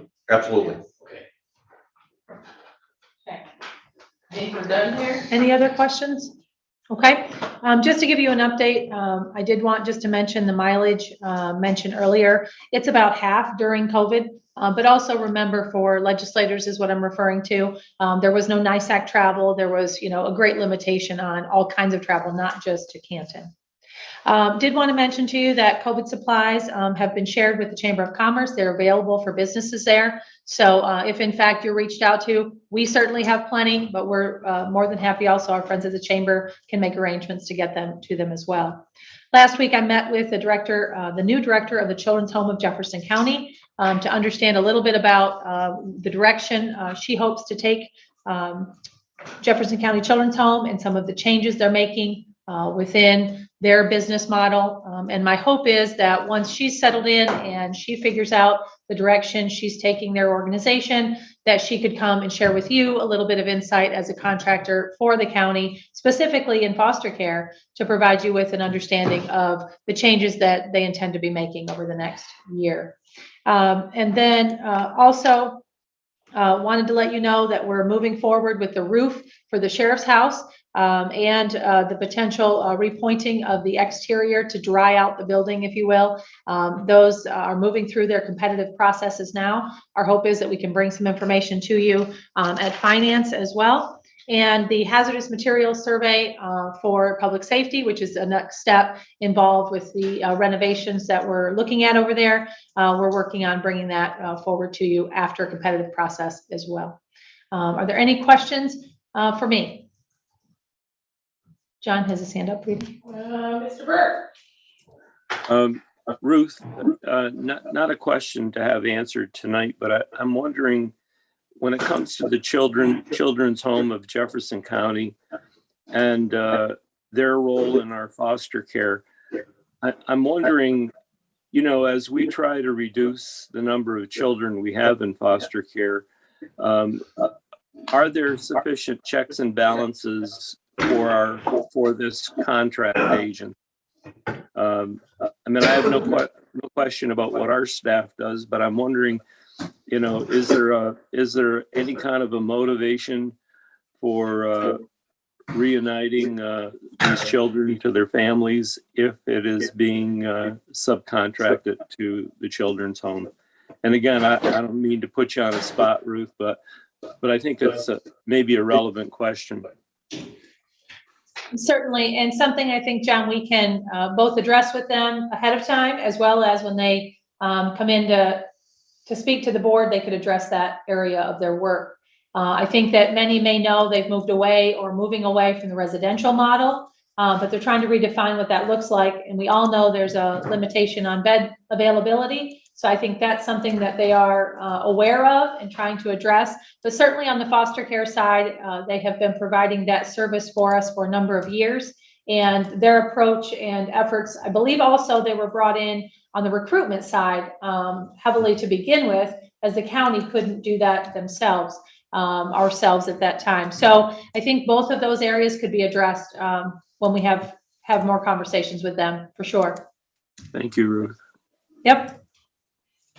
No one, oh, Mr. Denise just got. Just a quick question on the COVID tests, the home COVID tests. Most of them have an expiration date, May 2022 on them. They do. May in July, I think. What does that mean? Does that mean that the tests used by 2022, are they absolutely no good after May of 2022? The manufacturer recommends that they are best used by that date, and that their specificity and their results are, you know, maybe questionable after that, when I read them. And with our home test, most of what we have left, we've used up the May dates. I don't believe we ever received guidance, but I can check with public health. They had requested guidance if there was, you know, an extension to that. I know that previously in some of the conversations with vaccine, they had talked about, even though it was expiring, they could use it for another 30 days or something like that. I don't know if they've received any notice on that as far as extension goes. Most of ours now are a few June and mostly July, but the same premise applies. We want an understanding of what happens after they've expired. Yeah, I can find out. The question asked of me, and just like no sort of answer. Okay. Do you have a question? No. Okay, I believe we're moving on to committee reports. The Agriculture and Farmland Protection Board, Mr. Denisha. Ag and Farmland Protection Board met Thursday, April 7th. Reviewed every 8 years. You have to review. We have 2 ag districts in the county. Every 8 years, review is conducted. And we actually conducted a review on District 2. There were 419 recommended additions, 419 parcels recommended. And that would be 32,000, about 32,000 acres. There will be a recommendation given out to the board of legislators with the recommendation from the Ag and Farmland Protection Board. There was a lengthy discussion regarding siting of solar arrays on productive farmland. You know, it's I've said this before. I will say it again, and I will continue to say it. You know, a lot of the productive farmland and I say productive, I don't say prime, because we have very little prime farmland in St. Lawrence County. But there's many acres in St. Lawrence County and across New York State of productive farmland are being lost to solar arrays. We just turned down a project the other night in the town of Madrid. prime farmland. I fully understand the reasoning behind the landowner wanting to make money on land that's no longer being used as agricultural land. However, once that land is gone, it's gone. You might be able to raise sheep on it, but you're not gonna grow any crops, you're not gonna grow corn, soybeans, you're not gonna raise cattle. So the next meeting is October 6th. Thank you, Mr. Demetrius. Any questions, Mr. Demetrius? Mr. Akers? Just a comment, I met with some representatives of solar with a neighbor. They're looking to put an 80 megawatt facility in Waddington, which is Route 31, which is already lost approximately, probably almost going on 300 acres there now. So they're looking for an additional 400 acres. So the reason why it's going on Route 31, which is all farmland, is because it's farmland. Because it's nice and flat, no obstructions, and the line is there, and the line will come to the substation. There'll be beside the Madawatin School. So unless some action is taken on the state level, because the previous governor pushed a lot of these projects through, some of these projects were actually turned down by the ag commissioner and was overruled by a board. So Matter doesn't have a zoning I don't know, resolution or any provision in there, and so it's free will. So that's changing out where I live, that's for sure. Thank you, Mr. Akers. Anyone else? Moving on to the Alternative to Incarceration Board with Mr. Burke. The board has not met, so there's nothing new to report. Thank you, Mr. Burke. Moving on to the Board of Trustees for Supreme Court Libraries with Ms. Diacko. No update at this time, thank you. Thank you very much. Moving on to Emergency Services Advisory Board. We met on March 22nd and then sort of again with a bunch of people on the 29th in Norfolk Fire Station. It's all the same topic. You've all been to these meetings. It's the discussion of we're missing anywhere between 10 to 12% of the EMS calls. Sometimes, like if we call Rick and Larry and Harry and Bill, and only Bill goes, that counts as 3 missed. So, I mean, as long as somebody's still getting to the call, we're meeting some things. But we did, of course, have one person last year that they called it out. We didn't get there. The next people didn't go. The next people didn't go. The patient deteriorated. At the end of the day, the patient died, not having been moved from the home to a hospital in a timely manner. They discussed lots of different options as to what should we do with this. Many of the profit, I guess, agencies that have paramedics that they pay to go do these calls in their billing don't want us to get involved in what they perceive as if we started an ambulance or we had paramedics or EMS people, they wouldn't want us to take what would be potentially their employees and bring them in. There's a lot of discussion about how do you get younger people. I don't think anything's been decided on yet in all of these dinners and stuff that we've gone to. I think that we have to go back to the basics of getting people to understand that their neighbors are really their neighbors and not just the people that live next door to them. So the discussions that are ongoing are going to be how do we get young children in the communities to invest in the idea of doing something to help their neighbor. And even if it's as simple as learning how to do CPR and an AED, if your mother, grandmother, aunt, uncle, guy next door, the person that you play golf with, whatever, needs it. Because I've certainly seen us save people in the community with something that simple. We meet again, I think it's 3 months. I'll bring you the update from that. Any questions? You kind of all know about it, you were all at these meetings. Next, on to Environmental Management Council with Mr. Manelli. Rita, I have a question. Sure. On the emergency Medical Services Advisory Board. Yes. Canton Rescue has about 50 employees, and it's a well-run organization, and they're not the only one in the county. But I guess I'm wondering, from what I've been told, nobody has reached out to them. Is it not possible that Canton might entertain the idea of doing some outreach to the Herman area or other entities? I think we should look at the private entities that are doing this job and doing it well, and ask them if there's any way they can step up their services. I'm a little surprised we haven't done that yet. Can you reach out to some of these entities that have a very stable rescue squad? So I am there as the legislative liaison. The groups themselves that work together with this are working on a plan of what would they do. It wouldn't be for me personally to reach out to Canton and ask them that. The committees have talked about a lot of different options and who might be interested. I think you saw a piece in the paper the other day about one agency that's answering a lot of calls outside of their territories and the people in their town that are concerned about the cost to the taxpayer in that area.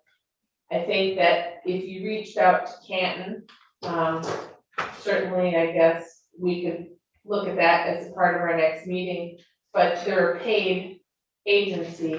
And if we're asking them to go someplace, I'm pretty sure they're gonna be looking for us to make sure that they're getting paid to go places. I don't see too many of these paid agencies wandering into parts of the county where they're not going to be paid. I was only suggesting that we reach out to them, Rita, that, they make their budget is balanced. And they hire 50 people. It was just a suggestion to reach out to people who are successful. Yeah, I think that they as a group of providers and ambulance services and towns and everything have kind of had this discussion already. And that is why they're looking for other options, is because nobody really stood up to say, hey, we're looking to expand and do this. I don't believe anybody has reached out to Canton. Okay, I'll talk to Mark Diedrich, thank you. There was some conversation, John, a while ago about the Canton Fire, and it had to do with their acting out of the network that pays the bills. I think that there was some, and I don't remember all of this, so I'm not gonna comment, but that topic did come up. And that was one of the reasons that perhaps they weren't being utilized to the extent that they could be. They wanted to get paid, yes. I think I heard something implied that they don't bill for services. Isn't it a routine practice that they bill for services when they provide a service to a customer? Yes. Okay, moving on to the Environmental Management Council with Mr. Manelli. Thank you. Because of the double meetings, the missed Monday and the double meetings last month, we haven't met with my last update meeting actually on Wednesday, April 26th. So I will update you at the next operations meeting. Thank you very much, Mr. Manelli. Next on is the Fire Advisory Board with Mr. Tanisha. Nothing to report previously. Okay, so the Inter-County Legislative Committee met at the March NICEAG meeting. We already talked about that, and the next meeting is 2 Thursdays from now. And I'll come back to you with that. Next up, we have the Jury Board with Mr. Sheridan. Jury board is done, right? Thank you, sir. On to the Planning Board with Mr. Fay. I have nothing to report. Our last report was at our March 21st meeting. Our next meeting is, the report was done at the March 21st meeting, and our next meeting is this Thursday. Thank you, sir. Mr. Lightfoot. The committee that was chosen to reach out with the city and listen to what they, what the county would partake in with respect to the cleanup of the Standard Shade Roller property. We met with the city planner and they had a phone hookup with Martin and Judas, two of their representatives. And we spent a little bit over an hour discussing that and listening to their presentation, what they want to do and how they hope to accomplish it. They are looking at receiving responses to requests for bids tomorrow. And the way it was left with the city is, well, we want to see what, you know, your costs are going to be estimated at. And, you know, what skin they're going to have in the game and what they would like to see as a contribution from the county. But we're not going to take a look at that until after they get it, after they examined it, after they've decided what their aim is, what what they hope to do. And we would like to bring this up for discussion at the finance meeting at the end of this month. Perfect. Anybody have any questions for Mr. Lightfoot? Seeing none, we will go on to old and new business. I have a resolution that approving the St. Lawrence County affirmative action. That resolution that is on the table, I'm looking to see if anybody would like to remove it from the table to moved by Mr. Smithers, second by Mr. Perkins. And then all in favor of removing it from the table? Aye. Anybody opposed? Okay. Secondly, we have to take the revised policy. And I need a motion to substitute the revised policy to the new policy. By Mr. Smithers, second by Mrs. Germanelli. Okay, all in favor of that, or is there any questions, I guess, first, and then if none, all in favor? You have a question, Margaret, sorry. Okay, I think I'm at the right point. Has the county attorney determined that this will not in any way affect funding, federal or otherwise? Okay, we're gonna talk to that after I Okay, get thank you very much. this. So we have a first and a second, then all in favor of substituting this as the new policy that they're gonna talk about? Any opposed? Okay, seeing none, the county attorney, can you answer that question from Mrs. Taggart, please? Actually, I would defer to our HR director. Our HR director was kind enough, after I had received some communications from Legislator Smithers, to pass it on to her and to discuss briefly with her the modifications that he had proposed.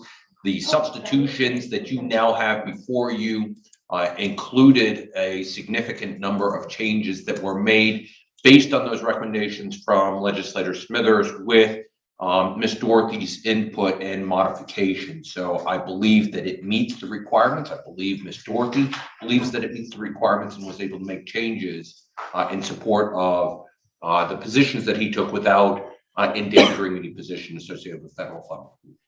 Okay. Johnny, can you speak to this, please? Sure. So can you hear me? Yes, loud and clear. Okay. So the plan was originally brought forth with revisions in relation to updates regarding contact information, definitions, forms, and goals. The latest revisions focus on making it more clear that the St. Lawrence County Affirmative Action PEO plan is a tool designed to ensure equal opportunities for all employees and not just individuals in a protected group. So also the question was asked if we actually are required to have an affirmative action plan. And basically, we are required to have the plan if we want to continue to receive federal financial assistance. And we are currently the recipients of receiving federal funding in the amount of approximately $24 million. So all the revisions, the latest revisions that I have I've sent you, they really just focus on making sure it's very clear that that the plan is designed to ensure equal opportunities for all. Okay. Does anyone have? Yes, ma'am. Just want, if for some reason any funds should not be sent our way, we can revisit this and update it so that it would fulfill any requirements, right? Perfect. Anyone else have any other questions?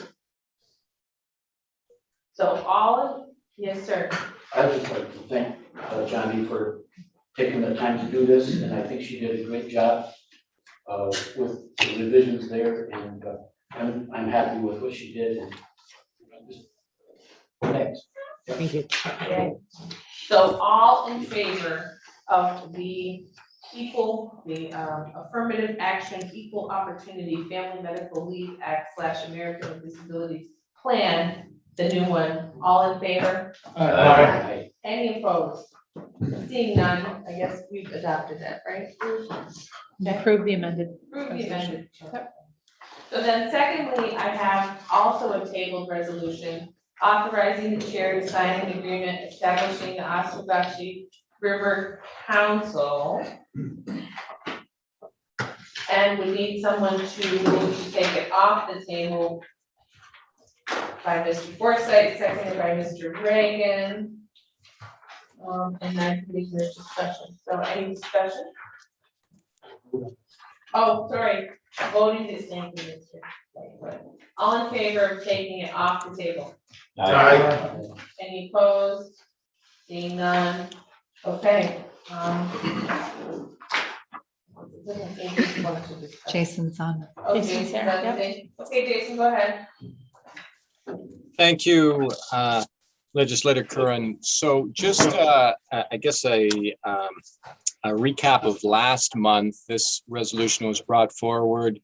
The DEC is looking to establish what's called an advisory council for the Oswegatchie River. This is a result of a relicensing process that was gone through about a decade ago. There were some questions by the board here, specifically questions about involvement of local representatives. I listed a number of agencies that were involved as part of their responsibility as signatories, and there was some concern that they're just where is the local representation? So I did reach out to the DEC, the entity that is establishing this advisory council, has established the other two advisory councils that currently exist in the county for the Racket River and the West Branch of the St. Regis, and had a good dialogue with the individual by the name of Dick McDonald.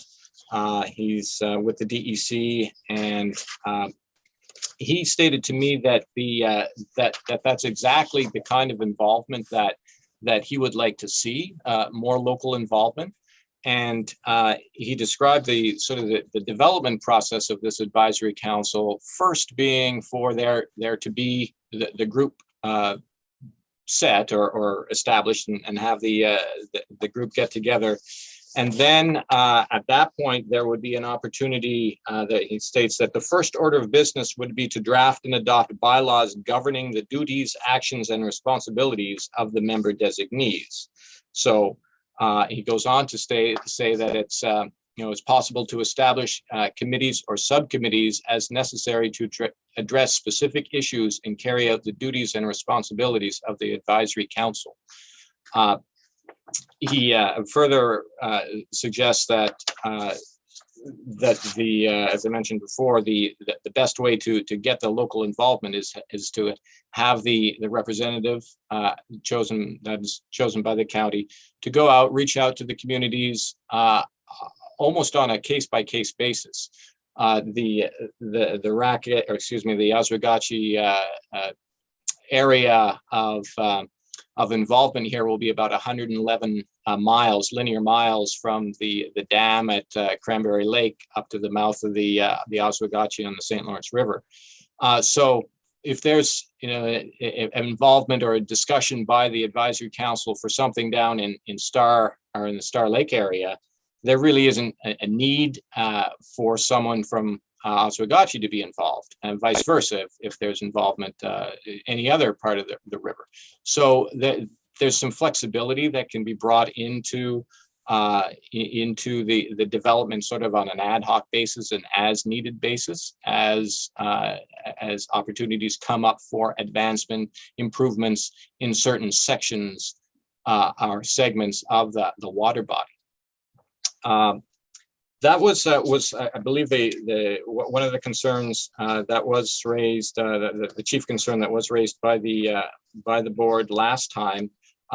John Tenbush, senior planner in the planning office here, is your current designee to the two existing advisory councils, the Racket River and the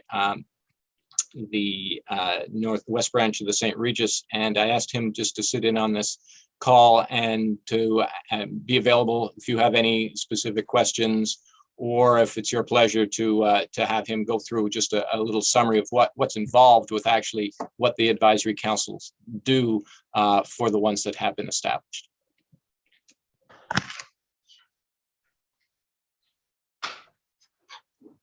John, can you hear us?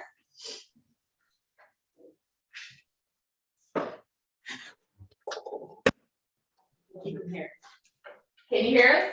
We can, yeah.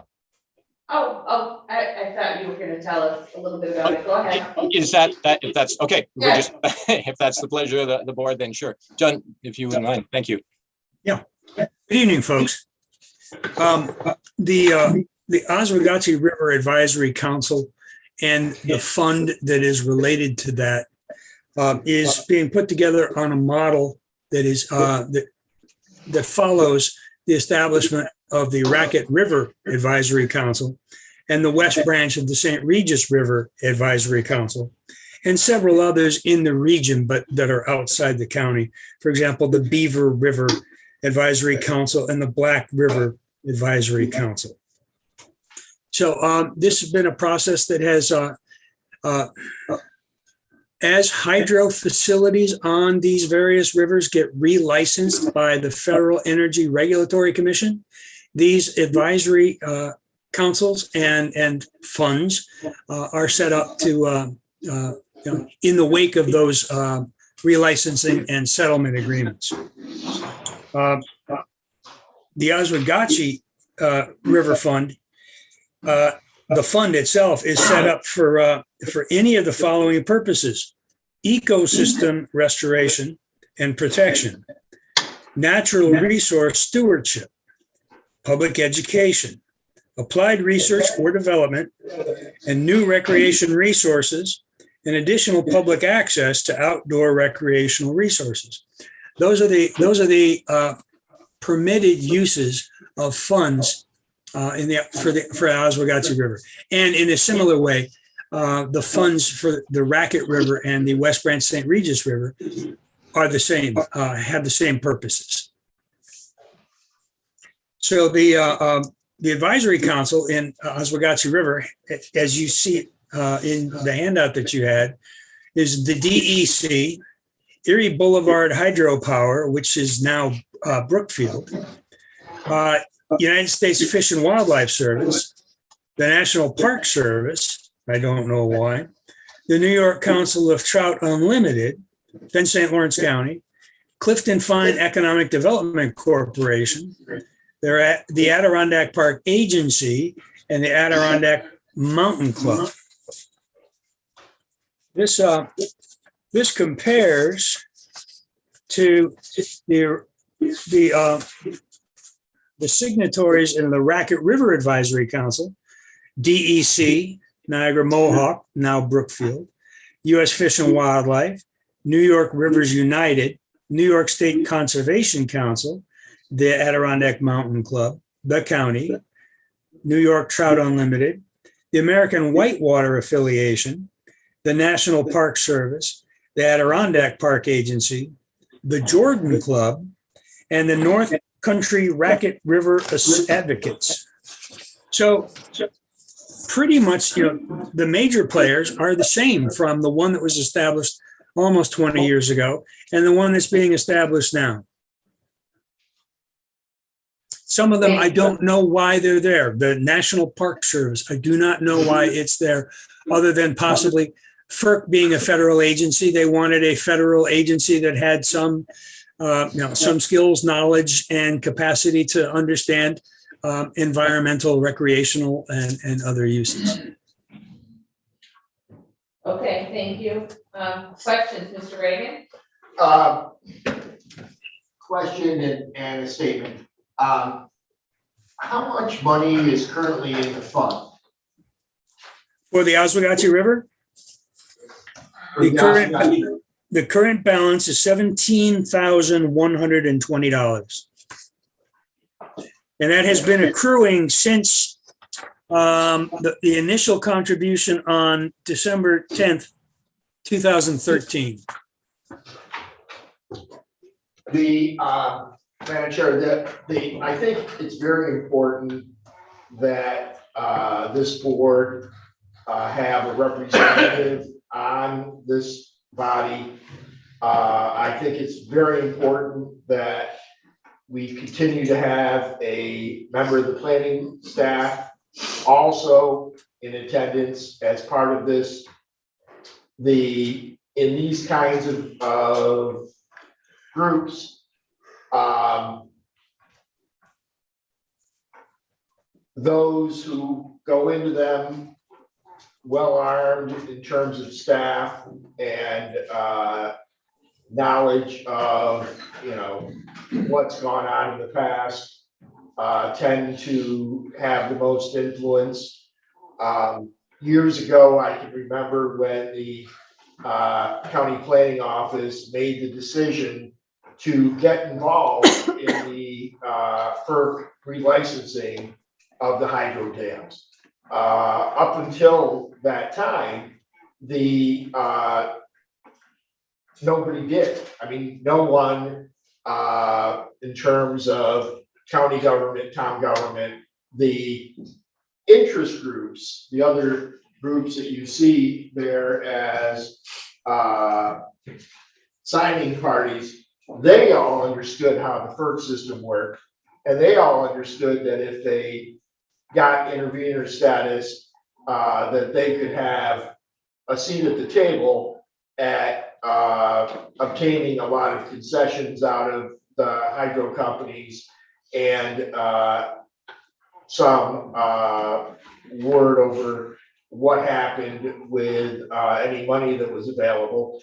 I think that we as a board, I would urge the chairman of the board to take a look at appointing a legislator to the two other river advisory boards so that there's some elected official accountability going on and awareness gained about what's happening on our rivers.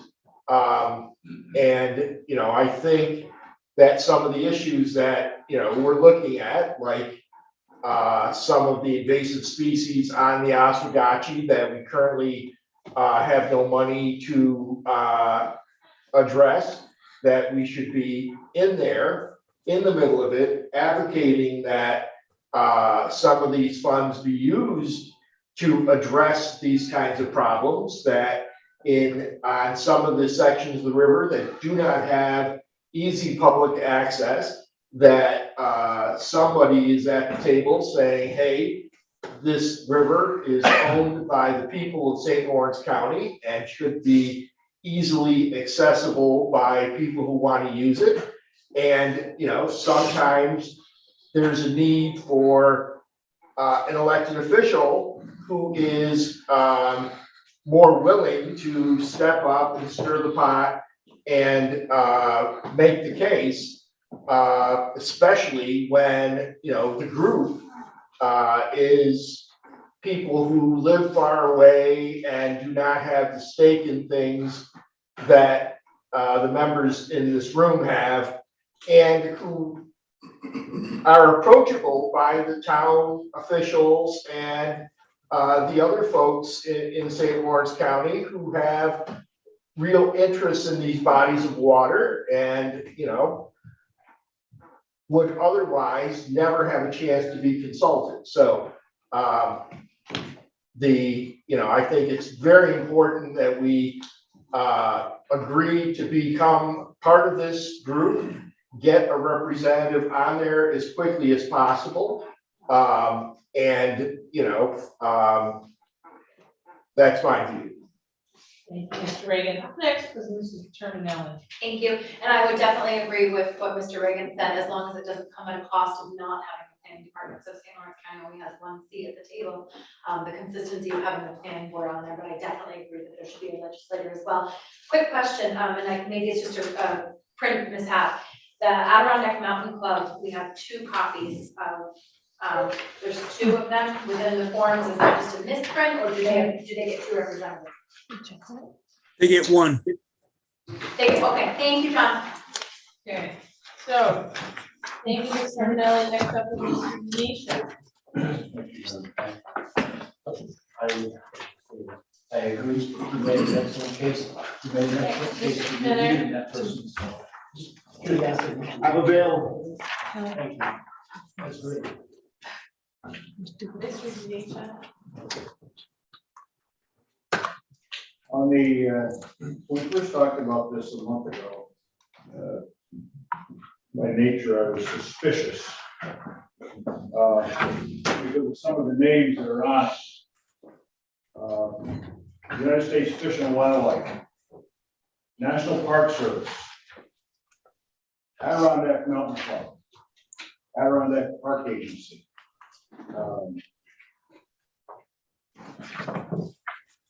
One group that is noticeably absent, and I'm going to go back about 8 years, there was a concerted effort put forward called the Blue Way Trail. And that was actually, it was spearheaded by Andre Smith from Ogdensburg. And that was to get all the towns along the Oswegatchie River together to try to promote the Oswegatchie River to tourism. I don't see any of the towns that were initially on the Blue Way Trail that are even considered here. Yeah, we have St. Lawrence County, but I think it's I think that's an obvious omission that should be corrected. Governor Orr, Edwards, Cal, Gilberton, Ogdensburg, or Oswegatchie, the Clifton Pine Economic Development Corporation, that's good. But, you know, I see names on here that I have no idea why they're there. Adirondack Park Agency, frankly, they're a detractor. They'll do whatever they can to make sure that we don't have tourism. Are you then making a motion to table it again until you get those additions? Yeah, I think I can't support this with the entities that are invited to be on this council. We've got some people that are, as I said, that are absent, that should be there, and in this form, without them, I can't support it. So is that a motion to do something? I think we need to have some more discussion on it. Yeah. Okay, so next up to speak was Mr. Forsyth. Okay, well, Nicole, you had your hand. I just wanted to point, and John, I think John Pembroke wanted to speak, but I did just want to say that it says at a minimum, the following entity shall initially be invited. So this is a minimum, and we've changed in the past, you know, the entities that may be involved. I think that we could make this as large, it's a functional group, as large and as encompassing as possible. So I'm reading it as it literally says. And I agree that we should have other groups. There is some gentlemen in me left. There is, thank I don't you. like to show it up. Thank There you go, thank you, Mr. Forsythe, for that. Go ahead. But, the fish advisory board should be part of this, because access to the river is always the main goal of the fish advisory. So absolutely, they should be included with any discussion. And where I brought up that Blue Way Trails, I don't know if it still exists. I haven't heard about them in years, so I It's doing don't stuff know if in it just one of Louisville. What's that? They're doing stuff in Louisville. It's a different Blue Way Trail. Is it a different Blue Way Yeah. Trail? The other thing is, these are all 50-year licenses, if I remember. And we used to be provided a list of when they were coming up, because there's gonna be more that are coming up in the near future, I think, if I remember. It'd be nice to have the list of when these relicensings come up, John or Jason. I know there's a list somewhere, just to give us, so we got a little heads up before these, because otherwise they just go and then they're gone for another 50 years. So, just things to consider when you're thinking about it. I think Mr. Burke was next. Mr. Burke, did you need to speak? No, okay, pass, go ahead. I agree absolutely with you, Larry. But here's the thing, if you were not a intervener in that relicensing, then you're not in that group. And as much as you and I believe these other groups should be, they made the decision back when FERC was relicensing not to spend the money and spend the time to get involved in the settlement agreement. I know I was at the newspaper at the time, and I was urging communities to intervene and get a seat at the table, and met, I got it collected and gone from most of them. I think that having one of us on these bodies, we will be in a position to advocate that they expand to include others, that we take a look at the Blue Way Trail committees. They've collected ideas on things that need to be done on these rivers, and that information needs to be brought before this group so that, it's understood that here are the needs. We don't need to reinvent the wheel every couple of months. Here are ideas right from the grassroots of the communities along the shoreline. But if we do not get a seat at the table early on, it's not gonna happen, because I've seen these groups operate. I've seen the FERC relicensing things go on, and it is, while we quibble, they act, and we need to act. And I think we need, representation on the other bodies of water as well. And, I think that's my opinion, and I'm only one vote, but I think it's important that we engage and make our case and get involved in this. Point of order. Are we talking about a motion to table this, or we just talking? No, We're still at we're discussion. Okay. We're discussing it. Mr. Perkins. At what, Mr. Reagan said, these 9 entities are in there from the intervener status. So what Nicole had mentioned, at a minimum, it's these 9 entities right here, and that's it. So it's not at a minimum. And I agree with Larry. I've been involved with the Racket River one, and they're supposedly the county's on, the planning's on board or whoever. And I got help from them because some of the townships had some issues, and thank goodness the planning board was very knowledgeable on it and helped. We got things rectified, but the towns were trying and got nowhere. They're the first line out there. It affects them. I think the town should all be involved, whether it's one town or a committee of towns, they need a voice. And I can't support this without, the towns being involved with this as well. I don't know if we can, I guess this is for Jason, is there a way we can look to see if we can get the towns on here as an entity as well? If I may, I think there certainly could be an opportunity to bring towns in. I think it's sort of similar to what legislator Reagan said, that you want to start with the seat at the table. Once you have representation, then there would be an opportunity to bring in other entities. I'm not sure if they'll have voting privileges, but they'll certainly be able to have a seat at the table and can conference with your representative to make sure that the St. Lawrence County and the more local issues are addressed. But I think that is all sort of in flux right now until the committee is struck and the bylaws have been established.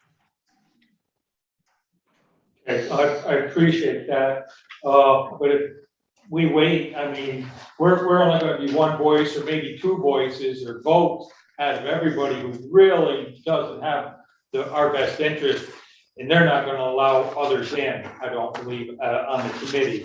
And so I don't think that would work. I won't be supporting it unless we can get some of the towns on board. Mr. Denisha. Thank you, Madam Chair. I certainly don't want to jeopardize us having a seat at the table. That's the last thing I want, but I think to suggest that we get a seat at the table, then we'll be able to get additional seats. I don't see that happening. I still have question why some of these people are there. If there were people that were really concerned with the Oswegatchie River, there are at least three entities that don't belong. But I don't want to do anything that's going to jeopardize that type of table either. So I guess my question to you, Jason, to John, if I may, Madam Chair. If we don't act on this resolution, what happens to us? Yep, go ahead, John. My understanding is that this advisory council is going to happen. It's going to happen this spring. If the county chooses not to have a representative on the council will still continue. And as Jason mentioned, one of the first items of business will be to develop bylaws. Now, presumably the bylaws are going to look a lot like the bylaws for the Racket River and the West Branch of the St. Regis River. But I don't know that because they haven't been done yet. The people at the table are, for the most part, the same people who are on the Racket River Advisory Council and the West Branch of the St. Regis River Advisory Council. So they're likely to do bylaws that are similar to the other. So on the Racket River and on the West Branch of the St. Regis River in the past, and I'm dealing with my recollection here, so I might be wrong, but it's my recollection that people who are not on this list are not on the council. All meetings are open to the public. The public is welcome to attend. Communities or groups that have proposals, bring them to the council for review, for approval, and then they go off and do it, and then they get reimbursed.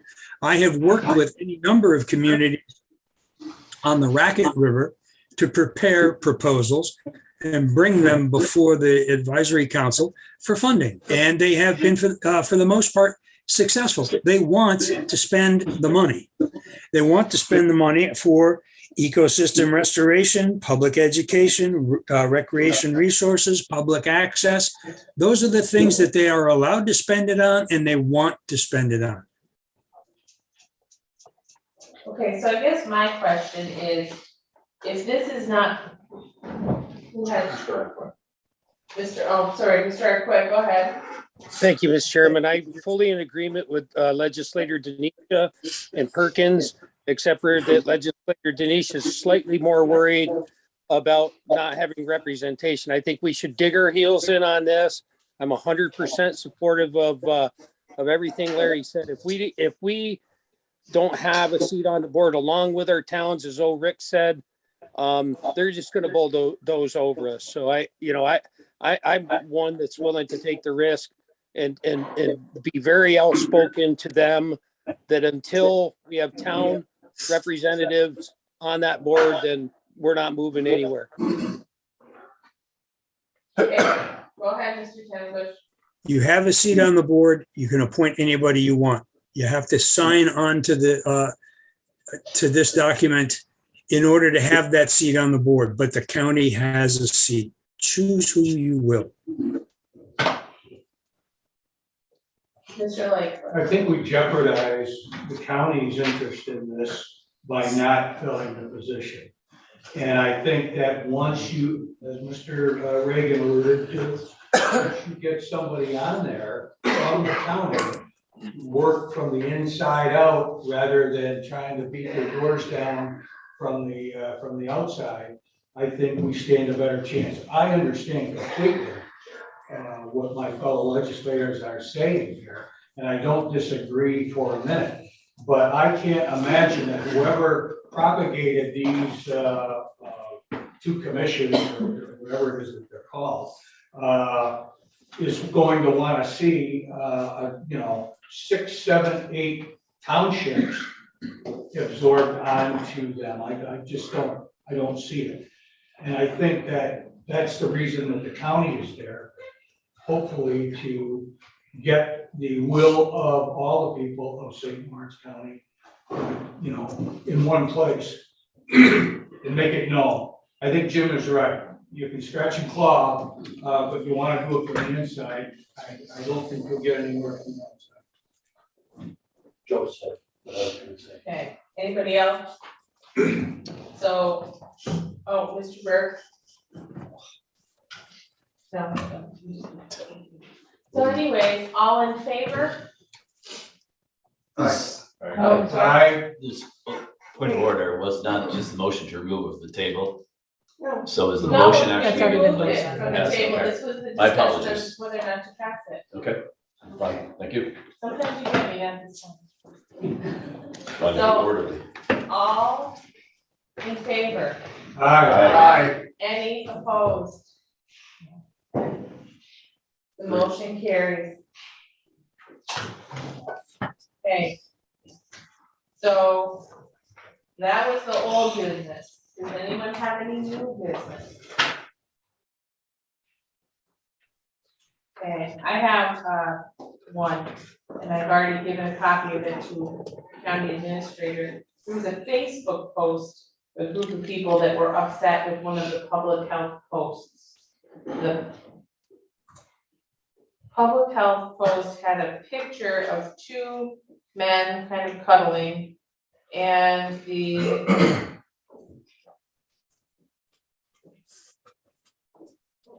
paper read, did you know in 2021, St. Lawrence County had 277 cases of chlamydia, 35 cases of gonorrhea, 4 cases of syphilis.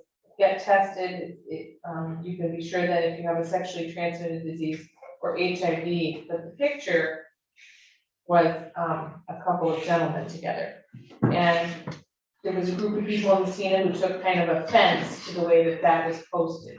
I had Ruth look into it. If you want to speak to the rest of the ad.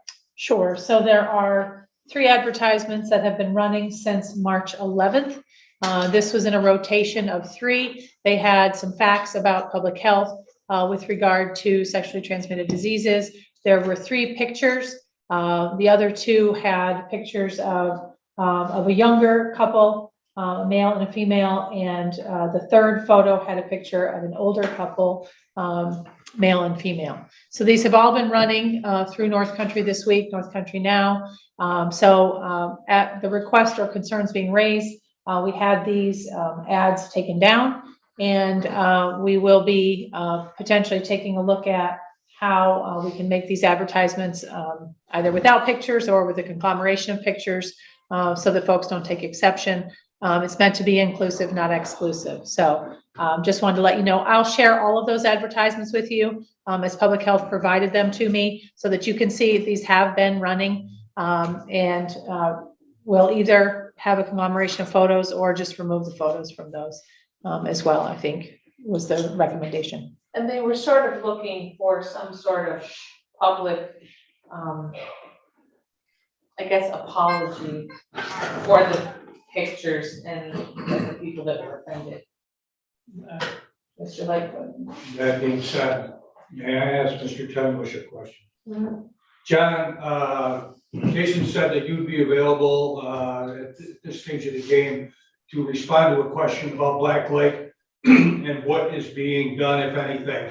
I'm not looking for a long overview. I'm just, looking at what's Black Lake, what are the people doing, what's planning doing, and when's it going to get done?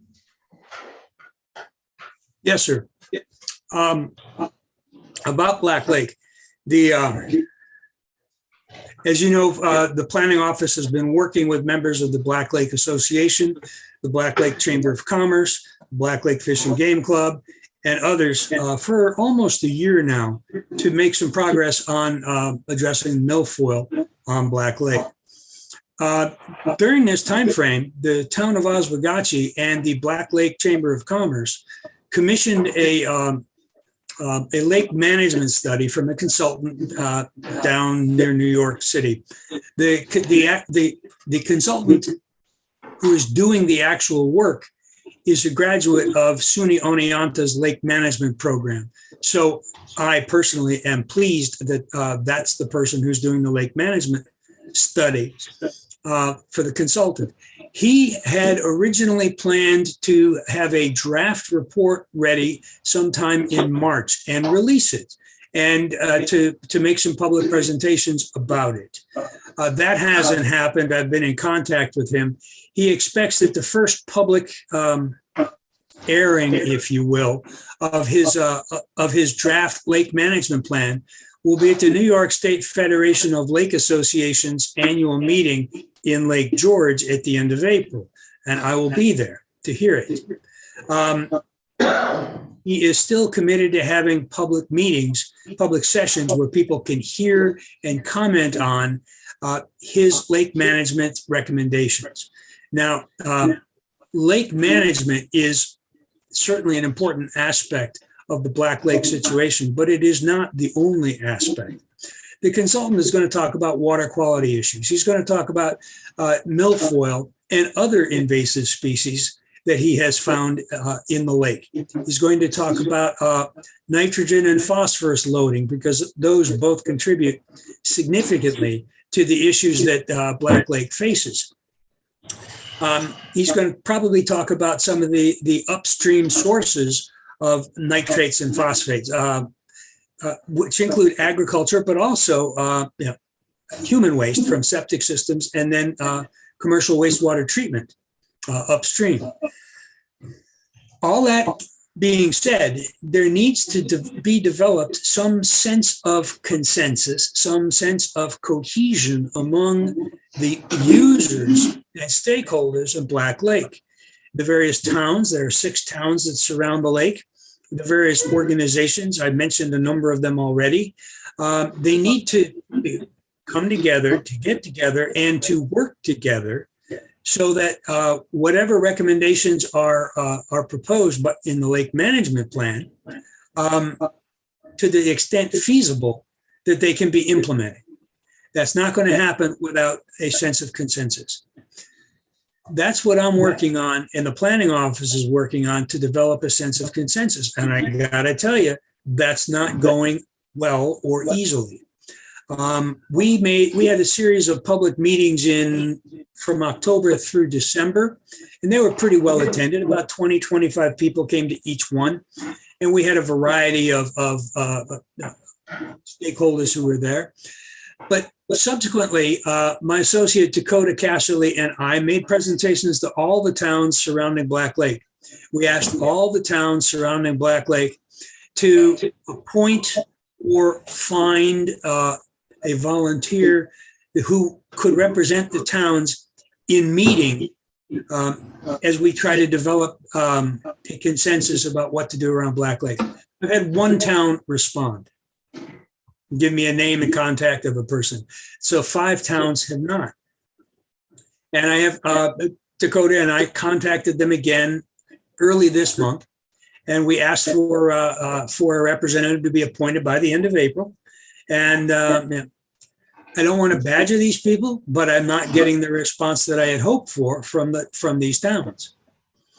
I am getting response from the various associations, the Black Lake Association, the Chamber of Commerce, the Fish and Game Club, et cetera.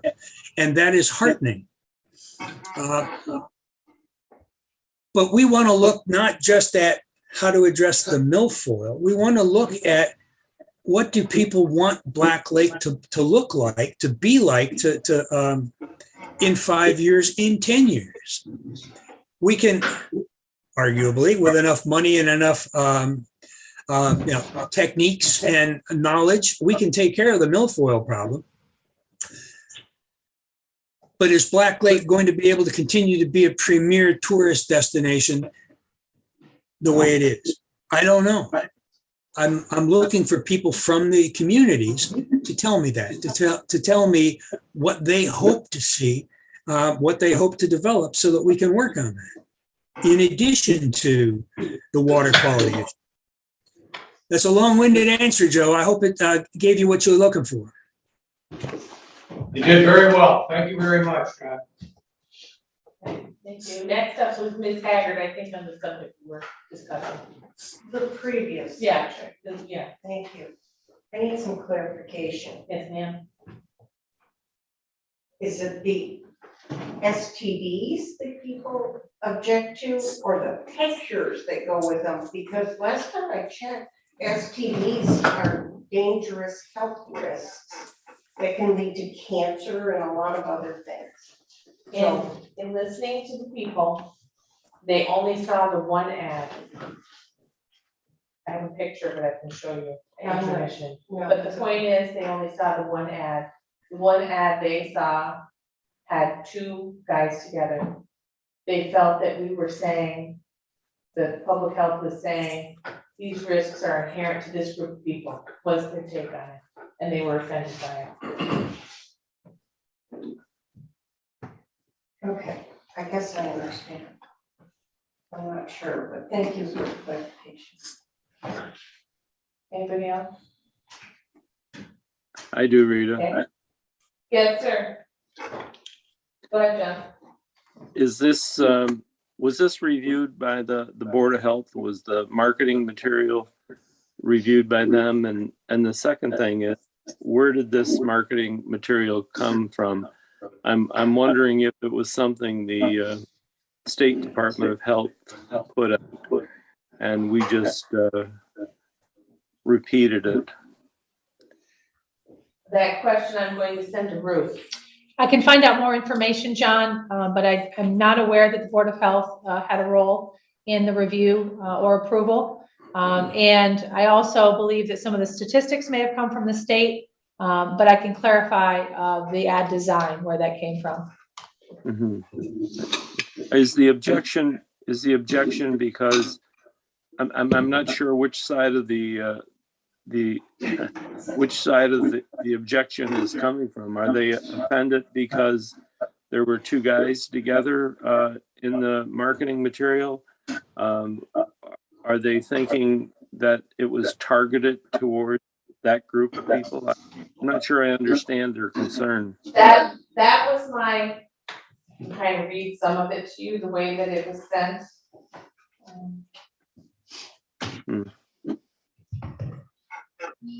Thank you.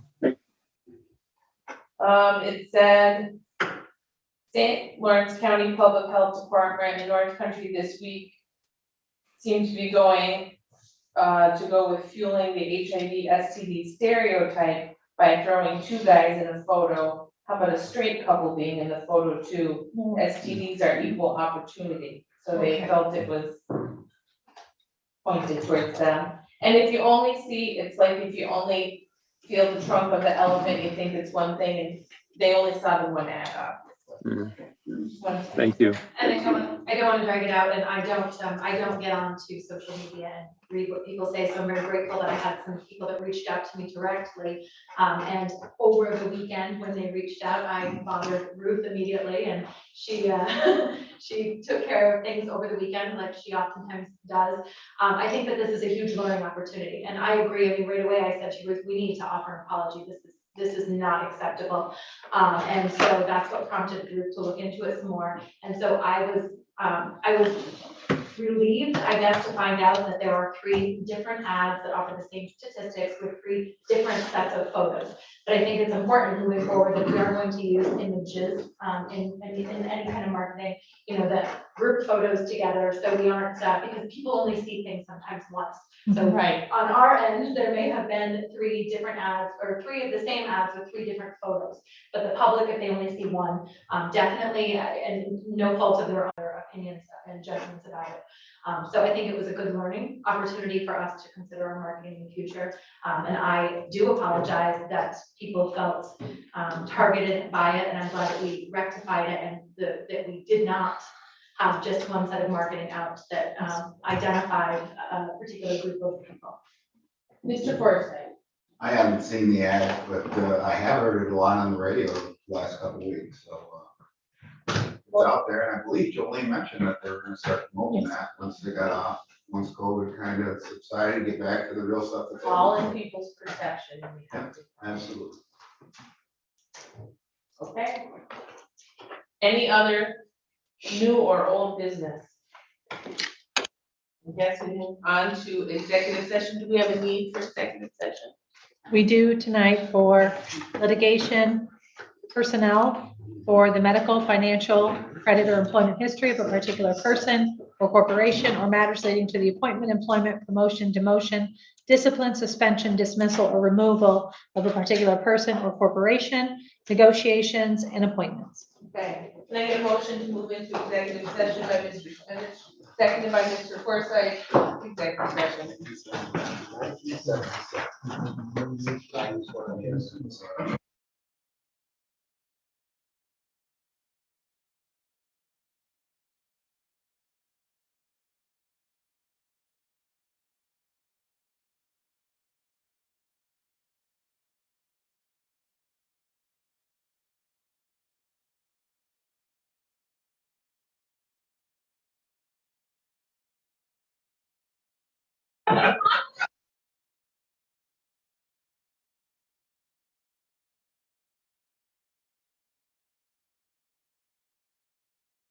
Okay, then can I get a